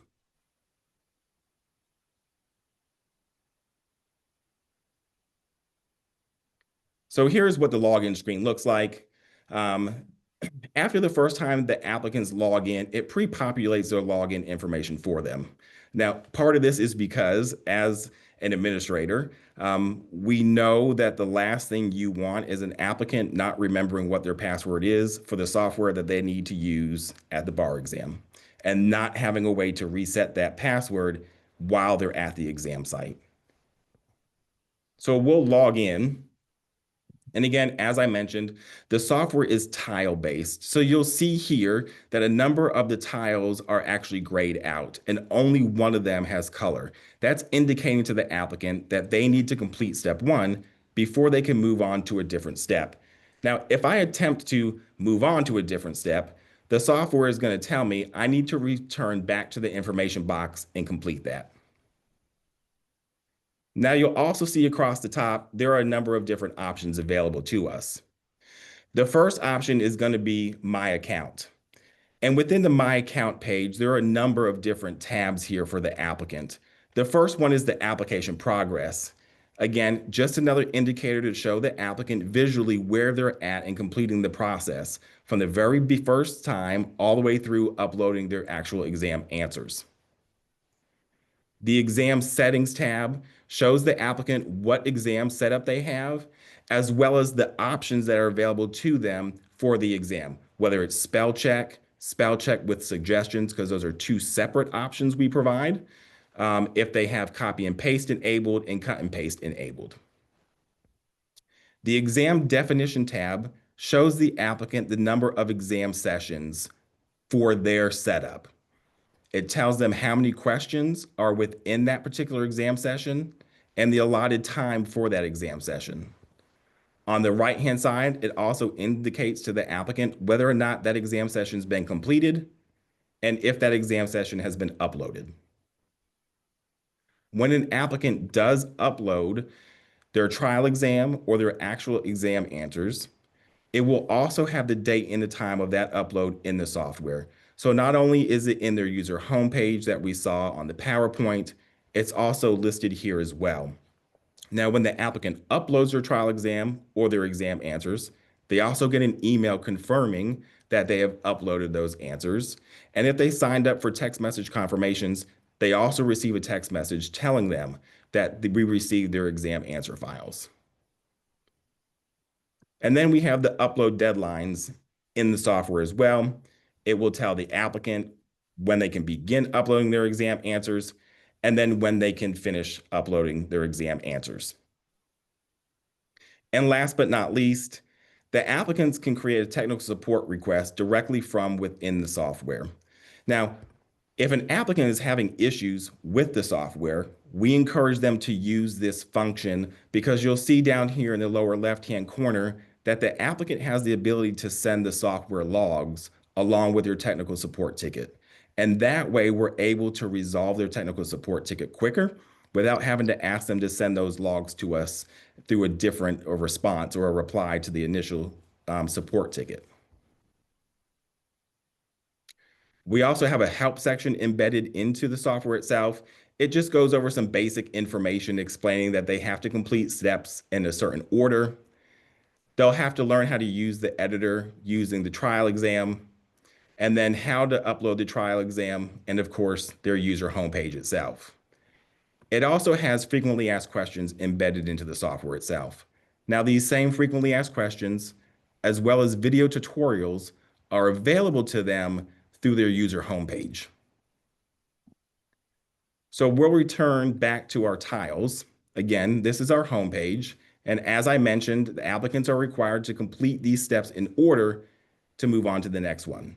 So this first one is just information. Again, we put out the minimum system requirements. We believe that you can't put that out there enough times to them. It explains the tutorial, what they need to do before the exam, what to do the day of the exam, outlines the answer screen for them, shows them what it looks like when they exit the exam session, how to upload their exam answers, the keyboard shortcuts that are available to them, and then, of course, what to do in case of an issue at the exam itself, while also noting to them to keep in mind that it is entirely up to them to seek technical support and that the jurisdiction will not provide additional time for them to seek that additional technical support. And again, we have the wonderful "I have read and understand this information" affirmation. And only then are they able to close this and move on to the next step.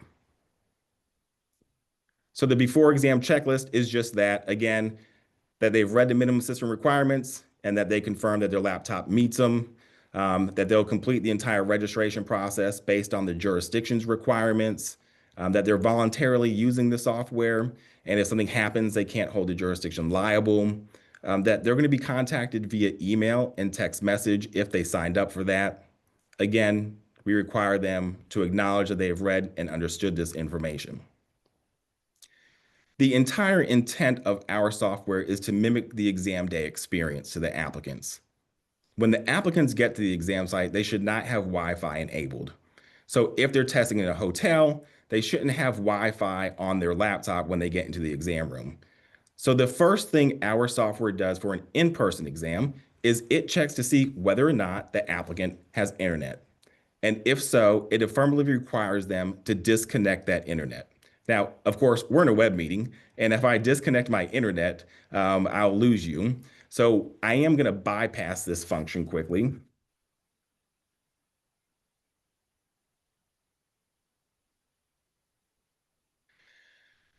Barring the applicant from having Wi-Fi, the next step the software does when they go to proceed is it confirms whether or not the applicant's laptop is charging. Because the last thing we want is for an applicant to start an exam session and them not know affirmatively that their software or their laptop isn't charging any longer. So this gives them the opportunity to ensure that their power point wherever they're plugged into is actually working properly, that their charger's working properly. We then bring the applicants to a log or a screen that just essentially notifies the applicant that the functionality they have available in this trial exam is going to be the same functionality they're going to have available to them in the actual exam. So if they have spell check in the trial exam, it's going to be available to them in the actual exam.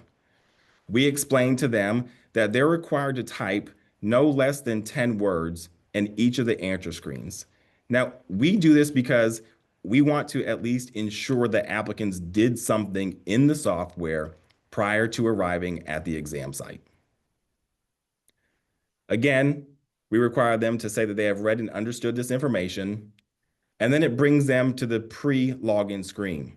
Now, this pop-up that you see here again tells them affirmatively, these are the options that are available to you in your exam session, whether it's spell check, copy and paste, cut and paste, and so forth.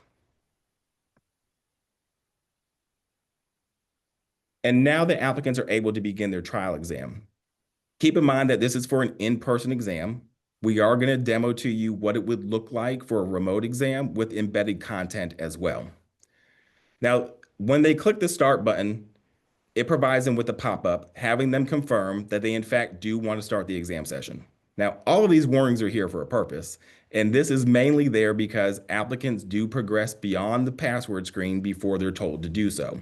So this is that last confirmation that they actually want to start the exam session.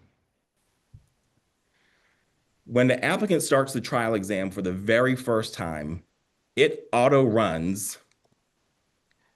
auto-run our software trial or the tutorial for them, outlining where things are at on the screen for them. For example, their profile information. Again, whether or not their battery is charging, and if it is no longer charging, it will change and tell them what their battery life is. Dark mode is available to them. It simply changes the background of the answer box to black with white text. They have access to the tutorial at any time. They can come back and replay it if they'd like. And then they have session information, which again tells them what functionality, copy, paste, spell check is available to them within the software. And then of course they have their text editor, all their standard formatting functions available to them, bold, italics, underline, numbering, bulleting, indent, outdent. We do have some preset styles available for them as well. They can also change their font size, and then they have their alignments. Then we have the question navigation panel. So applicants switch between questions using the question navigation panel. You might note that in this panel, it's telling the applicant what their elapsed time is. And that is for this specific question. When the applicant moves from this question to a next question, the elapsed time for this question will stop, and then the elapsed time for the next question will begin. If the applicant navigates back to this question, the elapsed time will begin. Now, this was added as a personal request from myself because I can tell you, having picked up question booklets, how many times in the margins of those booklets that I have seen applicants writing times, trying to keep track of how long they were spent answering a particular question. And in my opinion, that's a waste of applicants' time that they could be using answering the question itself. Now, we also have the word count available to them as well as the character count. They also have questions details, which will allow them to minimize the navigation panel to give them more room for the editor. They do have a notes function available to them, and that notes function is entirely independent per question. And then they have a timer available as well. They have a manual save button, although our software takes backups up to every 20 seconds with content changes. Applicants like to be able to see a manual save button and be able to save it themselves manually. There's also a lock button, so if the applicant wants to get up to use the restroom or get a drink of water, they can lock the software and require their password in order to get back into the software. And then, of course, they have the button to finish the exam itself. So as we start here, there are a number of things that I'll also outline. We do have a symbol section. These come out in what I call little boxes that an applicant can pin to their screen if they'd like. They don't have to. They can close it, add their symbol, close it. They also have the keyboard shortcut pin as well that's available to them. Now, obviously, I'm using a Mac, and so you can see my command plus character or keyboard stroke in order to complete that task. If I was using a Windows laptop, it would say Control CTRL plus whatever the keyboard shortcut is. And again, I can move this, keep it docked if I wanted to, or close it. So I'll show you here the elapsed time. We see here that the elapsed time of the first question stopped and started for the second one. If I go back to the first question, it's going to show us that the elapsed time begins again and then stops here. Now we'll also set a timer so I can show you that functionality within the software as well. So it does give them the countdown for the timer that they set. So again, we do require applicants to type at least 10 words in the answer screen in order for them to be able to move outside of the software itself. So we'll demonstrate adding that text there. You see our word count and character count is increasing incrementally with the text that we are typing. Now, our software allows an applicant to copy and paste and cut and paste.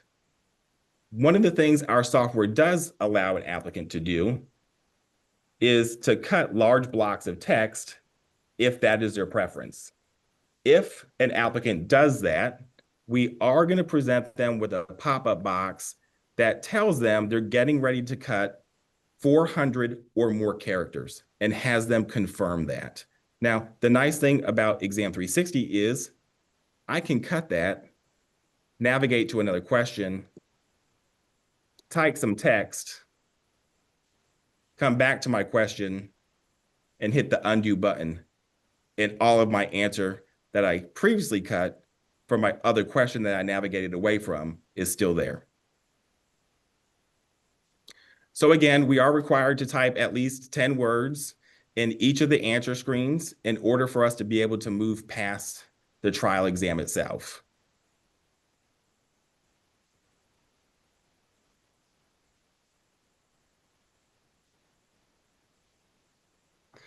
If I attempt to exit the exam software without having 10 words in each of the answer screen, the software reminds the applicants that they're required to type at least 10 words in each of the answer screens. Now, again, this is because we want to ensure that applicants have at least done something in the trial exam so that we can say that they were at least somewhat familiar with the software before they came to the exam itself. You'll see now that our timer has expired and it affirmatively provides the applicant with a pop-up notifying them that their time has expired. So we'll move on to this next question. Add at least our required 10 words per minute or 10 words per answer screen. Now, while I am talented, I am not talented enough to speak and type text that I am not speaking. And so I do have Barish on the side of me typing this information for me. Now, when we attempt to exit the exam session, again, there's a pop-up warning having the applicant confirm that they actually want to exit the exam session. They do have to click I confirm and then finish, or they can click cancel if they got there in error. Now, again, keeping in mind that we are going to show you what embedded content looks like for a remote exam, are there any questions about the functionality for the in-person exam?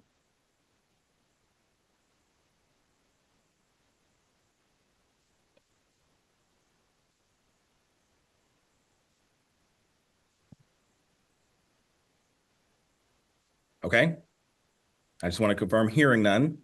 Is it pretty quick to go through the embedded questions, Joe? Sorry, I think we just actually have to take a vote by 4:30. Okay. Yeah, so we'll jump to that now.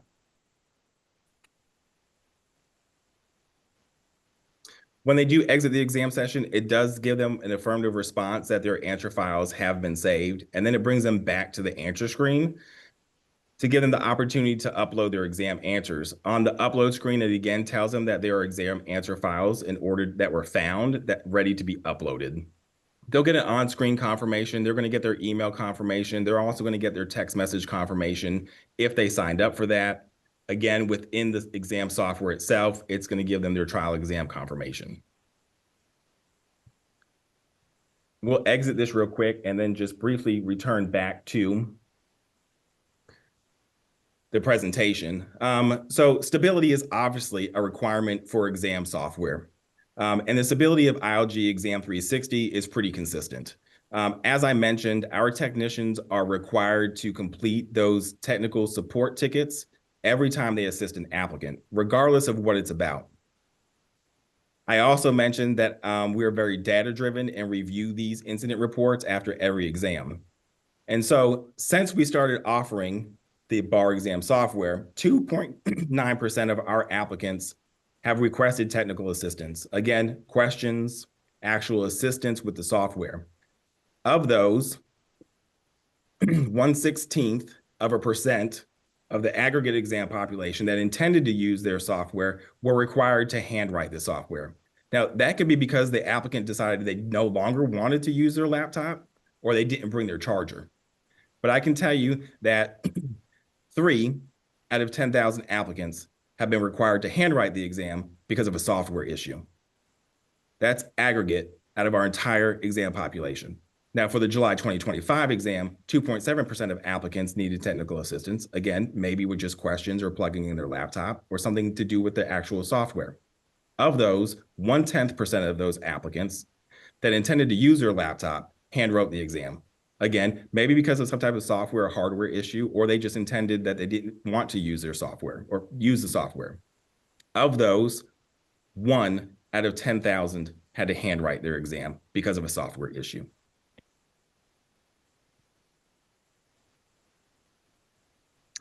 We also survey our applicants after every exam to get their feedback, because their feedback is how we improve our product. So we ask applicants a number of questions, ask them how they thought it was to install the software, the satisfaction with tutorials, the reliability of the software, the ease of use, the look and the feel of the software, the lack of the crashes or freezes of the software. If they sought on-site technical support, how that was, the ease of uploading their software or their answers, upload confirmations, and overall satisfaction with the software itself. Now, we also ask the applicants open-ended questions to allow them to provide whatever feedback they like. And the presentation was provided to the committee ahead of time, so I'll allow you to read these at will. I will note that some of these are obviously very favorable to us, and some of them are not so favorable to us, but we do provide that feedback to the jurisdiction as well. You'll see here the third bullet point, for example, this applicant recommended having a PDF to download the installation instructions. Well, I mentioned that we do have that now, and it's because this particular applicant made this note in response to one of our surveys. So what does the future California bar exam look like? ILG is cognizant that the committee is re-reviewing that to determine what it's going to look like in the future.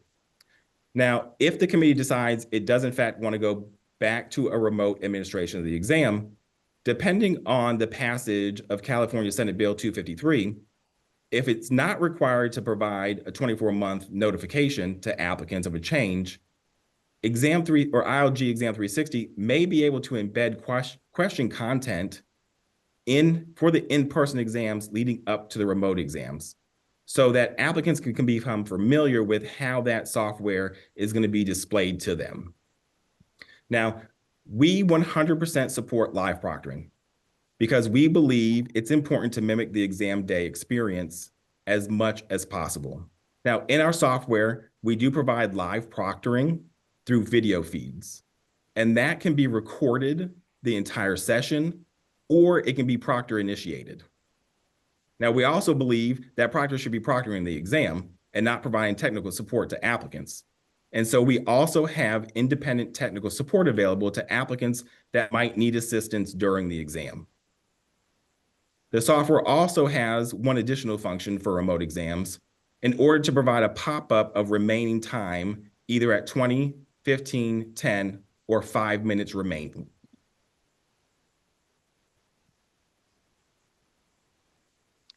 So now I will show you what the software looks like for remote testing. Because remote testing would include both essay content, PT content, and multiple choice content, there are 2 separate trial exams available to applicants. So the essay content, which again, this same note to applicants, again, what functionality is available to them within the software, the confirmation that they want to start the exam session. Again, since this is a different type of exam, their video tutorial begins also. There are some additional functions in here, for example, switch position, and we'll go through these. So you'll see that we present embedded content just like it's a piece of paper. So it's a Word document. We take your content and we embed that as native text into our software. So you see, instead of a PDF being displayed, it's the actual text in the software itself. Now, I mentioned that applicants have the ability to switch their answer screen. So they can have the written content as it appears now on the left, or they can have the written content on the right and the answer screen on the left. Applicants also have the ability to see full screen question content and full screen answer content. Within the question content, the applicants also have the ability to highlight text, strike text that they think is not relevant to the question, erase what they highlighted, erase what they struck through. They also have the ability to copy text from the content and paste it into their answer screen. Now, I mentioned the notes section. They can also paste content from the content area into their notes section. Now, each note section is independent based on the question that they're in. So if I move to question 2 and open the notes, it's only going to be what I have available to me for question 2. Now, the difference in the software from essay to PT content is slightly different. And that's because the PT content is much longer than the essay content. And so within the PT content, we actually provide hyperlinks to each of the documents after each document. So if I read the instructions and I want to, for some reason, move to State versus McNally, I can do so within the software. And if I want to navigate quickly back to the memo, I can do that as well. Again, keeping in mind that we're able to copy text from here and paste it from the content area into our answer screen. Again, since this is a trial exam, we do require that the applicants type at least 10 words in each of the answer screens. Hey, Joe, I don't know how much time you need, but I wanted to make sure that I don't lose any members and also my quorum. So if you want to just start wrapping up, I want to make sure that the committee also has enough time to ask questions and also to discuss some of the strengths and weaknesses you went through. Sure. Are there any questions about how the content looks for essay or performance test?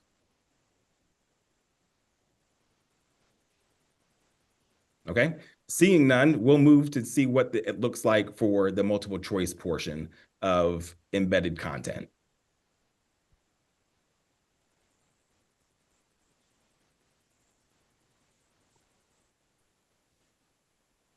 Multiple choice is slightly different. Applicants have answer options to select from. They still have the ability to highlight text and strike text within the question. They also have the ability to strike answer options that they believe are not correct, or undo that if they'd like. Now, the navigation for multiple choice is either through the question navigation, or they have next question or previous questions at the top. Anything that's light gray does not have a response. When I add a response, the box turns dark gray and fills in the circle. If for some reason I want to bookmark this question to come back to it later, I have the ability to do that as well.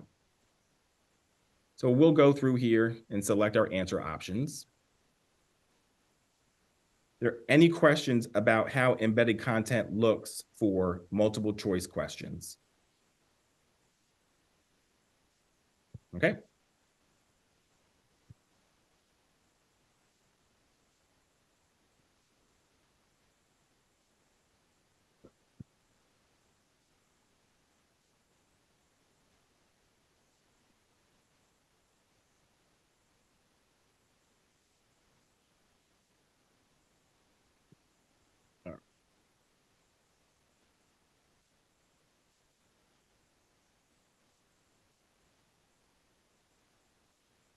Thank you, Joe. Absolutely. Questions from any member of the committee? I have a few, but I will defer to you first. Mr. Kramer? Your audio is breaking. Oh, sorry. You do some live proctoring of remote exams currently, is that correct? So bar exams don't have any live proctoring exams. So we specifically work with bar exam jurisdictions. So that functionality was available. Okay, so you're not set up to do that. So our software is. But it is available somewhere.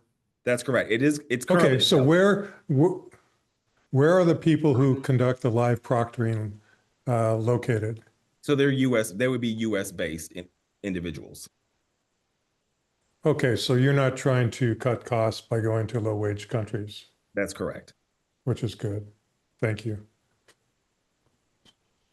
Joe, and this is a tough question for you. I don't mean to put you on the spot, but back in 2022, there was a paper published by Princeton and Georgetown, and that paper provides a very detailed analysis of certain vulnerabilities with respect to certain testing software, including Examplify and Exam4. That paper was part of the proceeding of the 31st Usenix Security Symposium, if that helps jog your memory. And I assume you're familiar with this paper, since that paper also described several weaknesses within IOG's testing software. Is that right? Correct. Okay, so maybe just as a starting point, since the publication of that paper, well, actually, just to take a step back, because I want to make sure that the members of the committee are also familiar with some of the weaknesses identified in that paper. But the three sort of weaknesses that the paper has identified are weak virtual machine detection, and also insecure device lockdown, and also bypassable network restrictions. Can you just speak to whether and what you have done since the publication of the paper in terms of either curing those issues or addressing those issues, or if you haven't done anything, which is perfectly fine. But I wanted to make sure that I get a good understanding about what has done since the publication of that paper. Sure. As you may have saw in the presentation, the pre-login screen actually confirms whether or not an applicant is running a VM, and will not allow the applicant to move forward if in fact they are running a virtual machine. And then as far as it not being secure, our application actually puts the user's laptop into what we call kiosk mode. They can't access anything while they're in the software. And our software actually continuously does security checks to make sure there's nothing running in the background behind the software attempting to interfere with the software itself. What about network restrictions? Things like ILG relying on DNS blocking or basic IP filtering. Yeah, I'll let Bearish speak to that part of it. Well, we do check. I mean, since then, we have increased our security for network protection as well. And I can send you a white paper after this conversation if you're interested for all the security measures that we've done since the release of the paper. Okay. Could you just at least briefly talk about any encryption enhancements you guys have done or any temper detection that you have deployed? I just want to get some basic sense of what you have done. And that's because I think we have to make a decision today. So as much as I would love to read this paper, if you can just give us a 30,000 view about what it is that you did, that would be appreciated. Right. So I don't think we did have any security issues in terms of encryption at the time, and we still don't today. We do have a very unique way of dealing with the encryption of the exam files during the exam and after the exam. And for the embed questions before the exam, we create unique RSA files for each individual user, and we encrypt those files, and we use each individual user's encryption keys to encrypt and decrypt the exam files.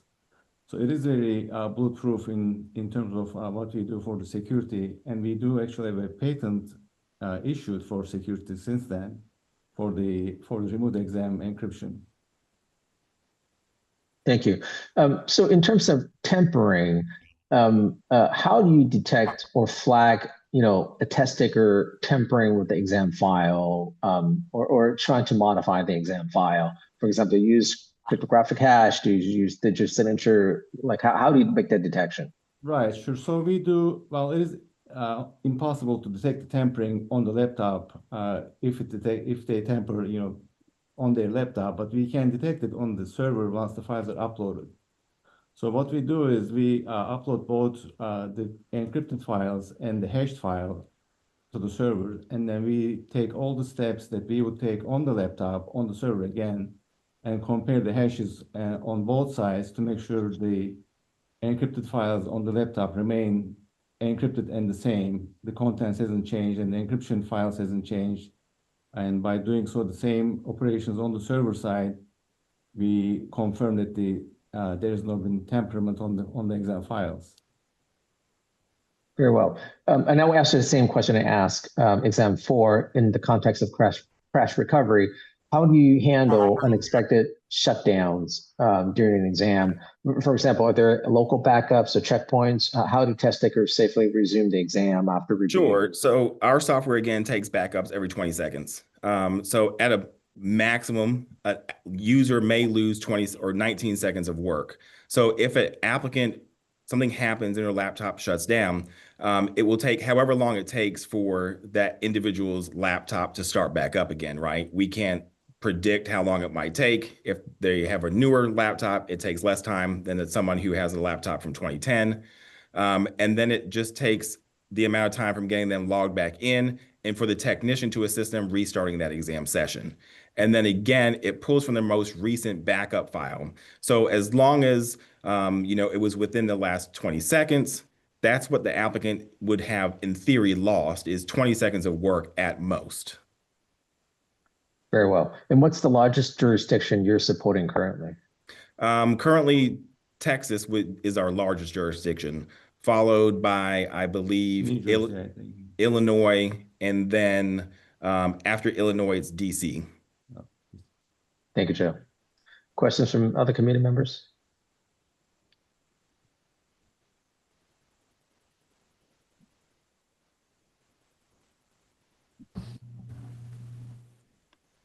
Alex, if I may just ask Go ahead, Don, please. Similar question that we were asking previously.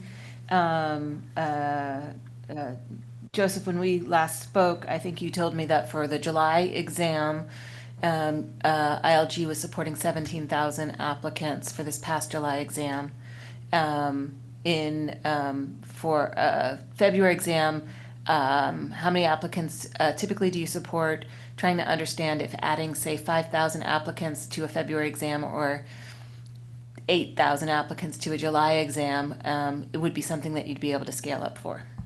Sure. Again, keep in mind that our software or our architecture on the back side of things auto scales based on the demand at the time.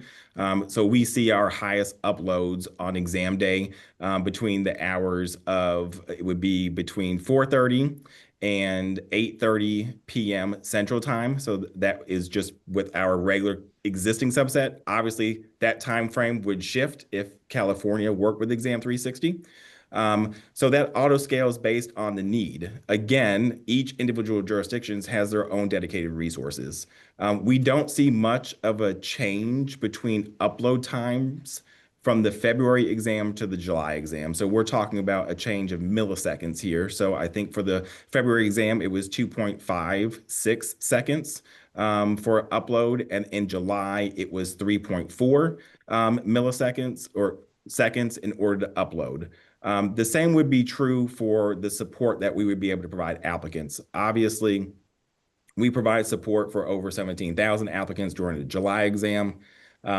We have a full-time support staff that assists applicants with that support for the bar exam. But our fully staffed support office are not the only ones who can provide support if needed. We also have other staff who are trained to provide support in order to fill in at need for that support office. So if we had to ramp up our actual support office staff, we already have staff that are trained to do that until we can hire new staff and get them fully trained.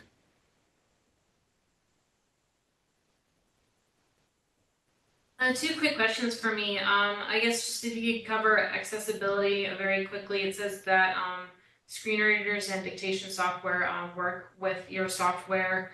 And then two, what kind of audit logs your software has? Sure. If it says it works directly with the exam software, that is not accurate. So we do have a workaround, and part of that is because when applicants are using assistive technology, whether it's speech to text or screen readers, there are so many of them that if we only allow a certain number of software to be compatible with ours, we are doing a disservice to an applicant who needs an accommodation if our software is not compatible with that particular third-party software that the applicant has used on a daily basis. So in those instances, much like ExamSoft mentioned for dictation, much like Xtegrity mentioned, we would allow, or the jurisdiction would allow an applicant to use their preferred word processing software with that third-party accessibility software, and then we would be able to take those answers and pull them into our software at the exam site. As far as audit logs, we audit everything. So from the time the applicant launches the exam software, it's doing audit logs the entire time. The exam session software's audit logs are separate. So we're seeing where applicants are moving between screens, where they're copying, where they're pasting. Jurisdictions have full access to all of the backup files. The software, from the administrative standpoint, provides them the ability to compare backup files if there were any questions. We complete audits for a number of jurisdictions if they have questions about potential cheating for applicants. And we actually testify as witness at character and fitness hearings on those incidents as well.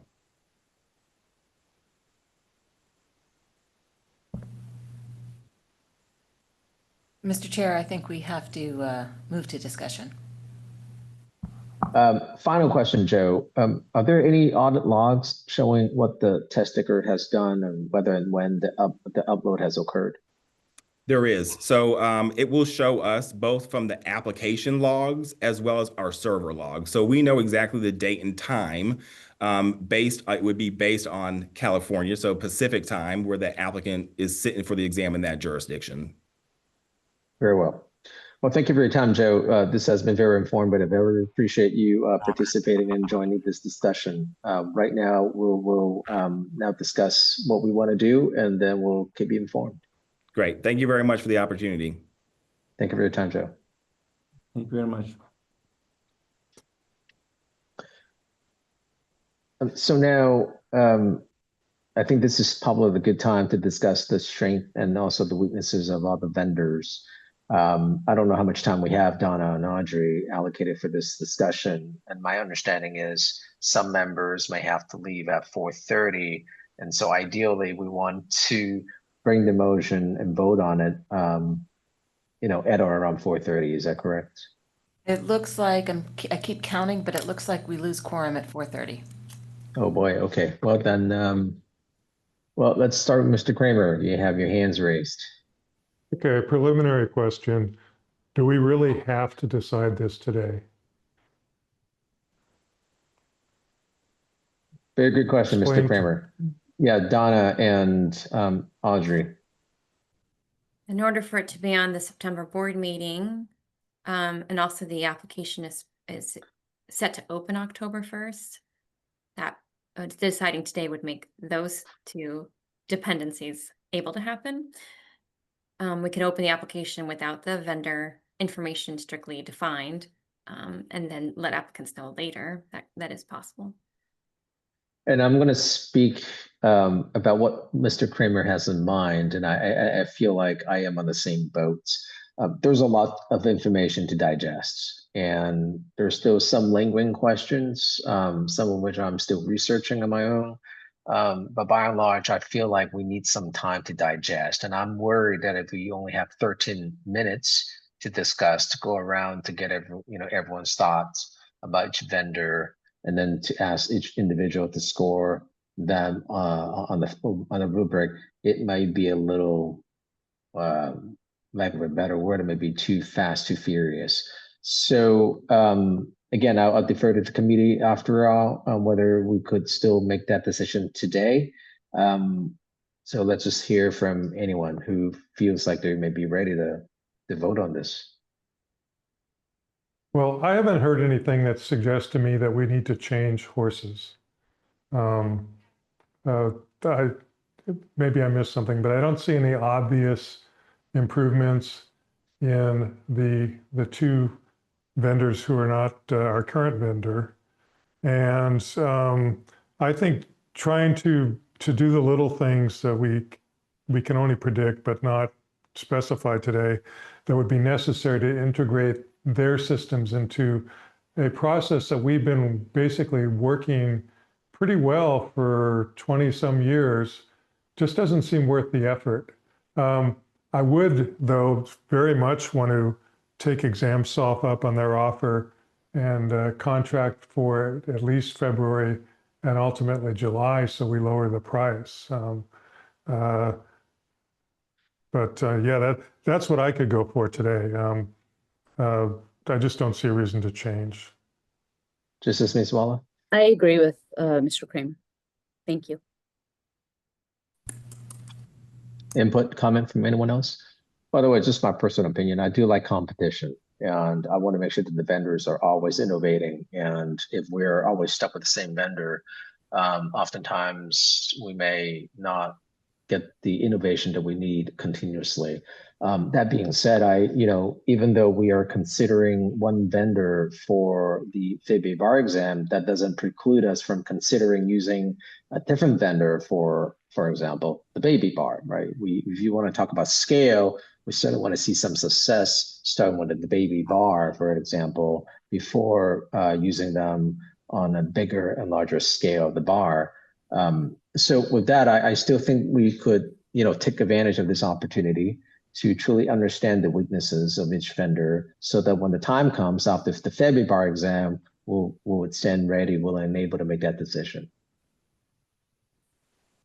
Yeah, if this were the final, new bar exam that we intend to carry forward, but we haven't even yet defined, I would be much more interested in comparing and contrasting. But everything we do to, to slightly change the course of the ship while we're still working on that bigger project, just makes the bigger project harder to conclude. Let me get some thoughts from other members of the committee. Alan or Kareem, anyone? Yeah, I've been thinking along the lines of Paul. As Paul said, 20 years, this has been working. Unless there's an obvious advantage, and I don't see it right now. I don't see a reason to change.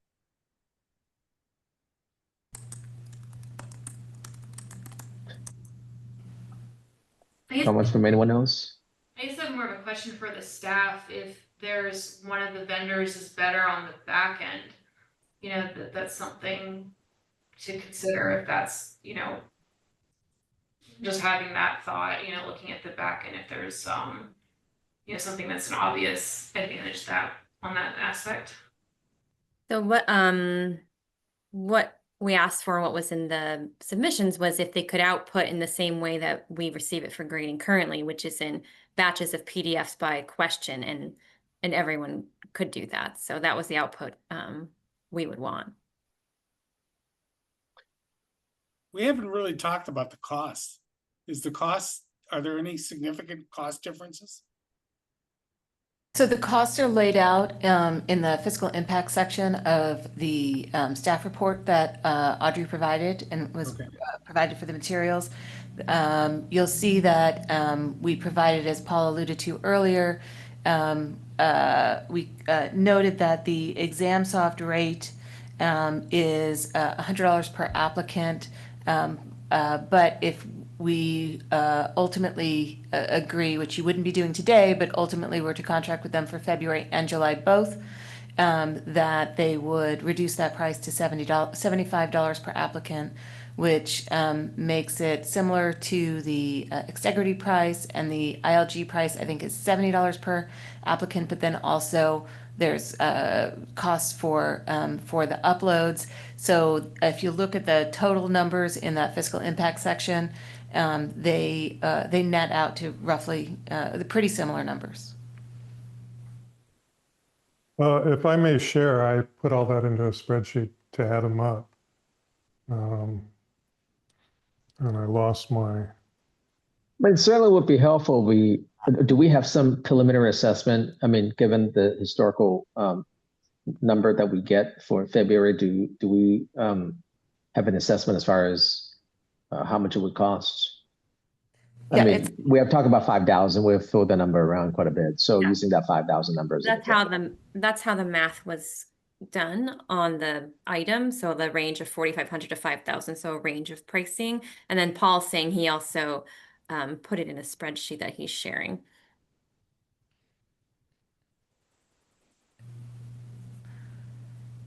So this would be right here, the July. If we do February and July with ExamSoft, it's similar to the others. Well, it's similar to Extegrity, lower than ILG.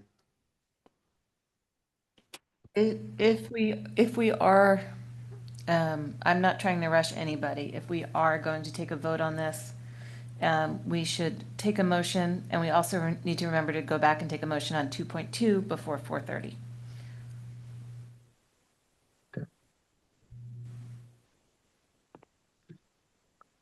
Well, first, we certainly need someone to make a motion if there's an intent to support any of the vendors. I'd make a motion to recommend ExamSoft, provided that the board contracts with them for February and July, and we get that price.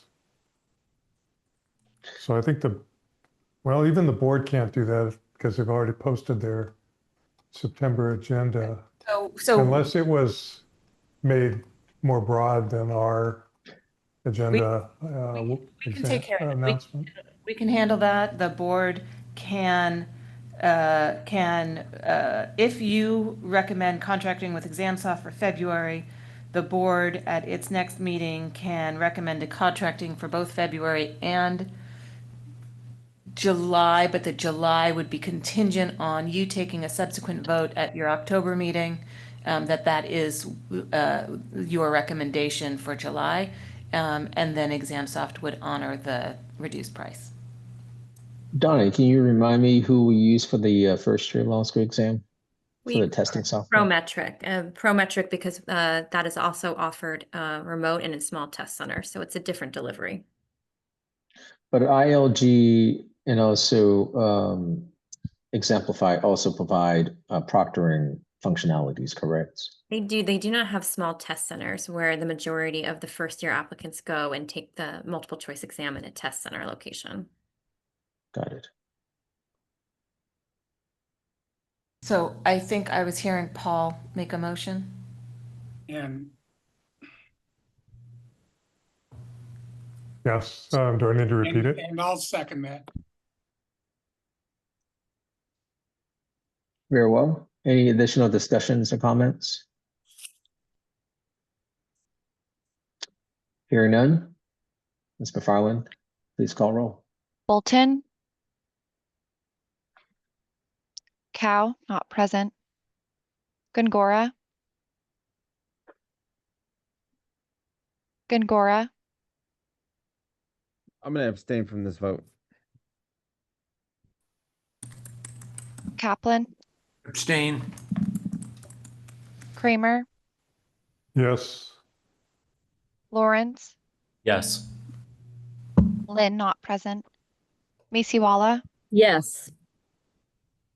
Montgomery, not present. Peak, not present. Silva Guzman. Yes. Smith. Yes. Reyna, not present. Reyes, not present. Yokelson. Yes. Chan. Yes. With 7 yeses and 0 nos, the motion passes. Great, thank you. Can we And do thank you. 2.2? Oh, sorry. Great. And thank you, Joe and Greg, for your time. Hopefully, you'll give us another presentation next year when the time comes again to revisit our choices. But thank you again for your participation today. With that, we will now turn back to agenda item 2.2. We do have the resolve on display. So moved. Moved by Mr. Kramer. I'll second. Second by Mr. Gongora. Any additional discussion or comments? Hearing none. Ms. McFarland, please call roll. Bolton. Cow, not present. Gongora. Yes. Kaplan. Yes. Kramer. Yes. Lawrence. Yes. Lynn, not present. Masiwala. Yes. Montgomery, not present. Peak, not present. Silva Guzman. Yes. Smith. Yes. Reyna, not present. Reyes, not present. Yokelson. Yes. Chan. Yes. With 9 yeses and 0 nos, the motion passes. Thank you. Donna and Andre, I believe this concludes our open session. Is that correct? That is correct, and we have no reason to move to closed. Okay. Well, if we don't have a reason to, so we don't have a closed session at all, even though. It was on test Right. security if you had questions. That's right. Okay. Well, since we don't have anything further, this formally concludes our meeting. Is that correct? Yes. Thank you, everyone. It's a bittersweet. Yeah, this also will be my last meeting. I know I already said goodbye last month, but hopefully our path will cross again. But thank you for all your time, everyone. This meeting is now adjourned. Thank you.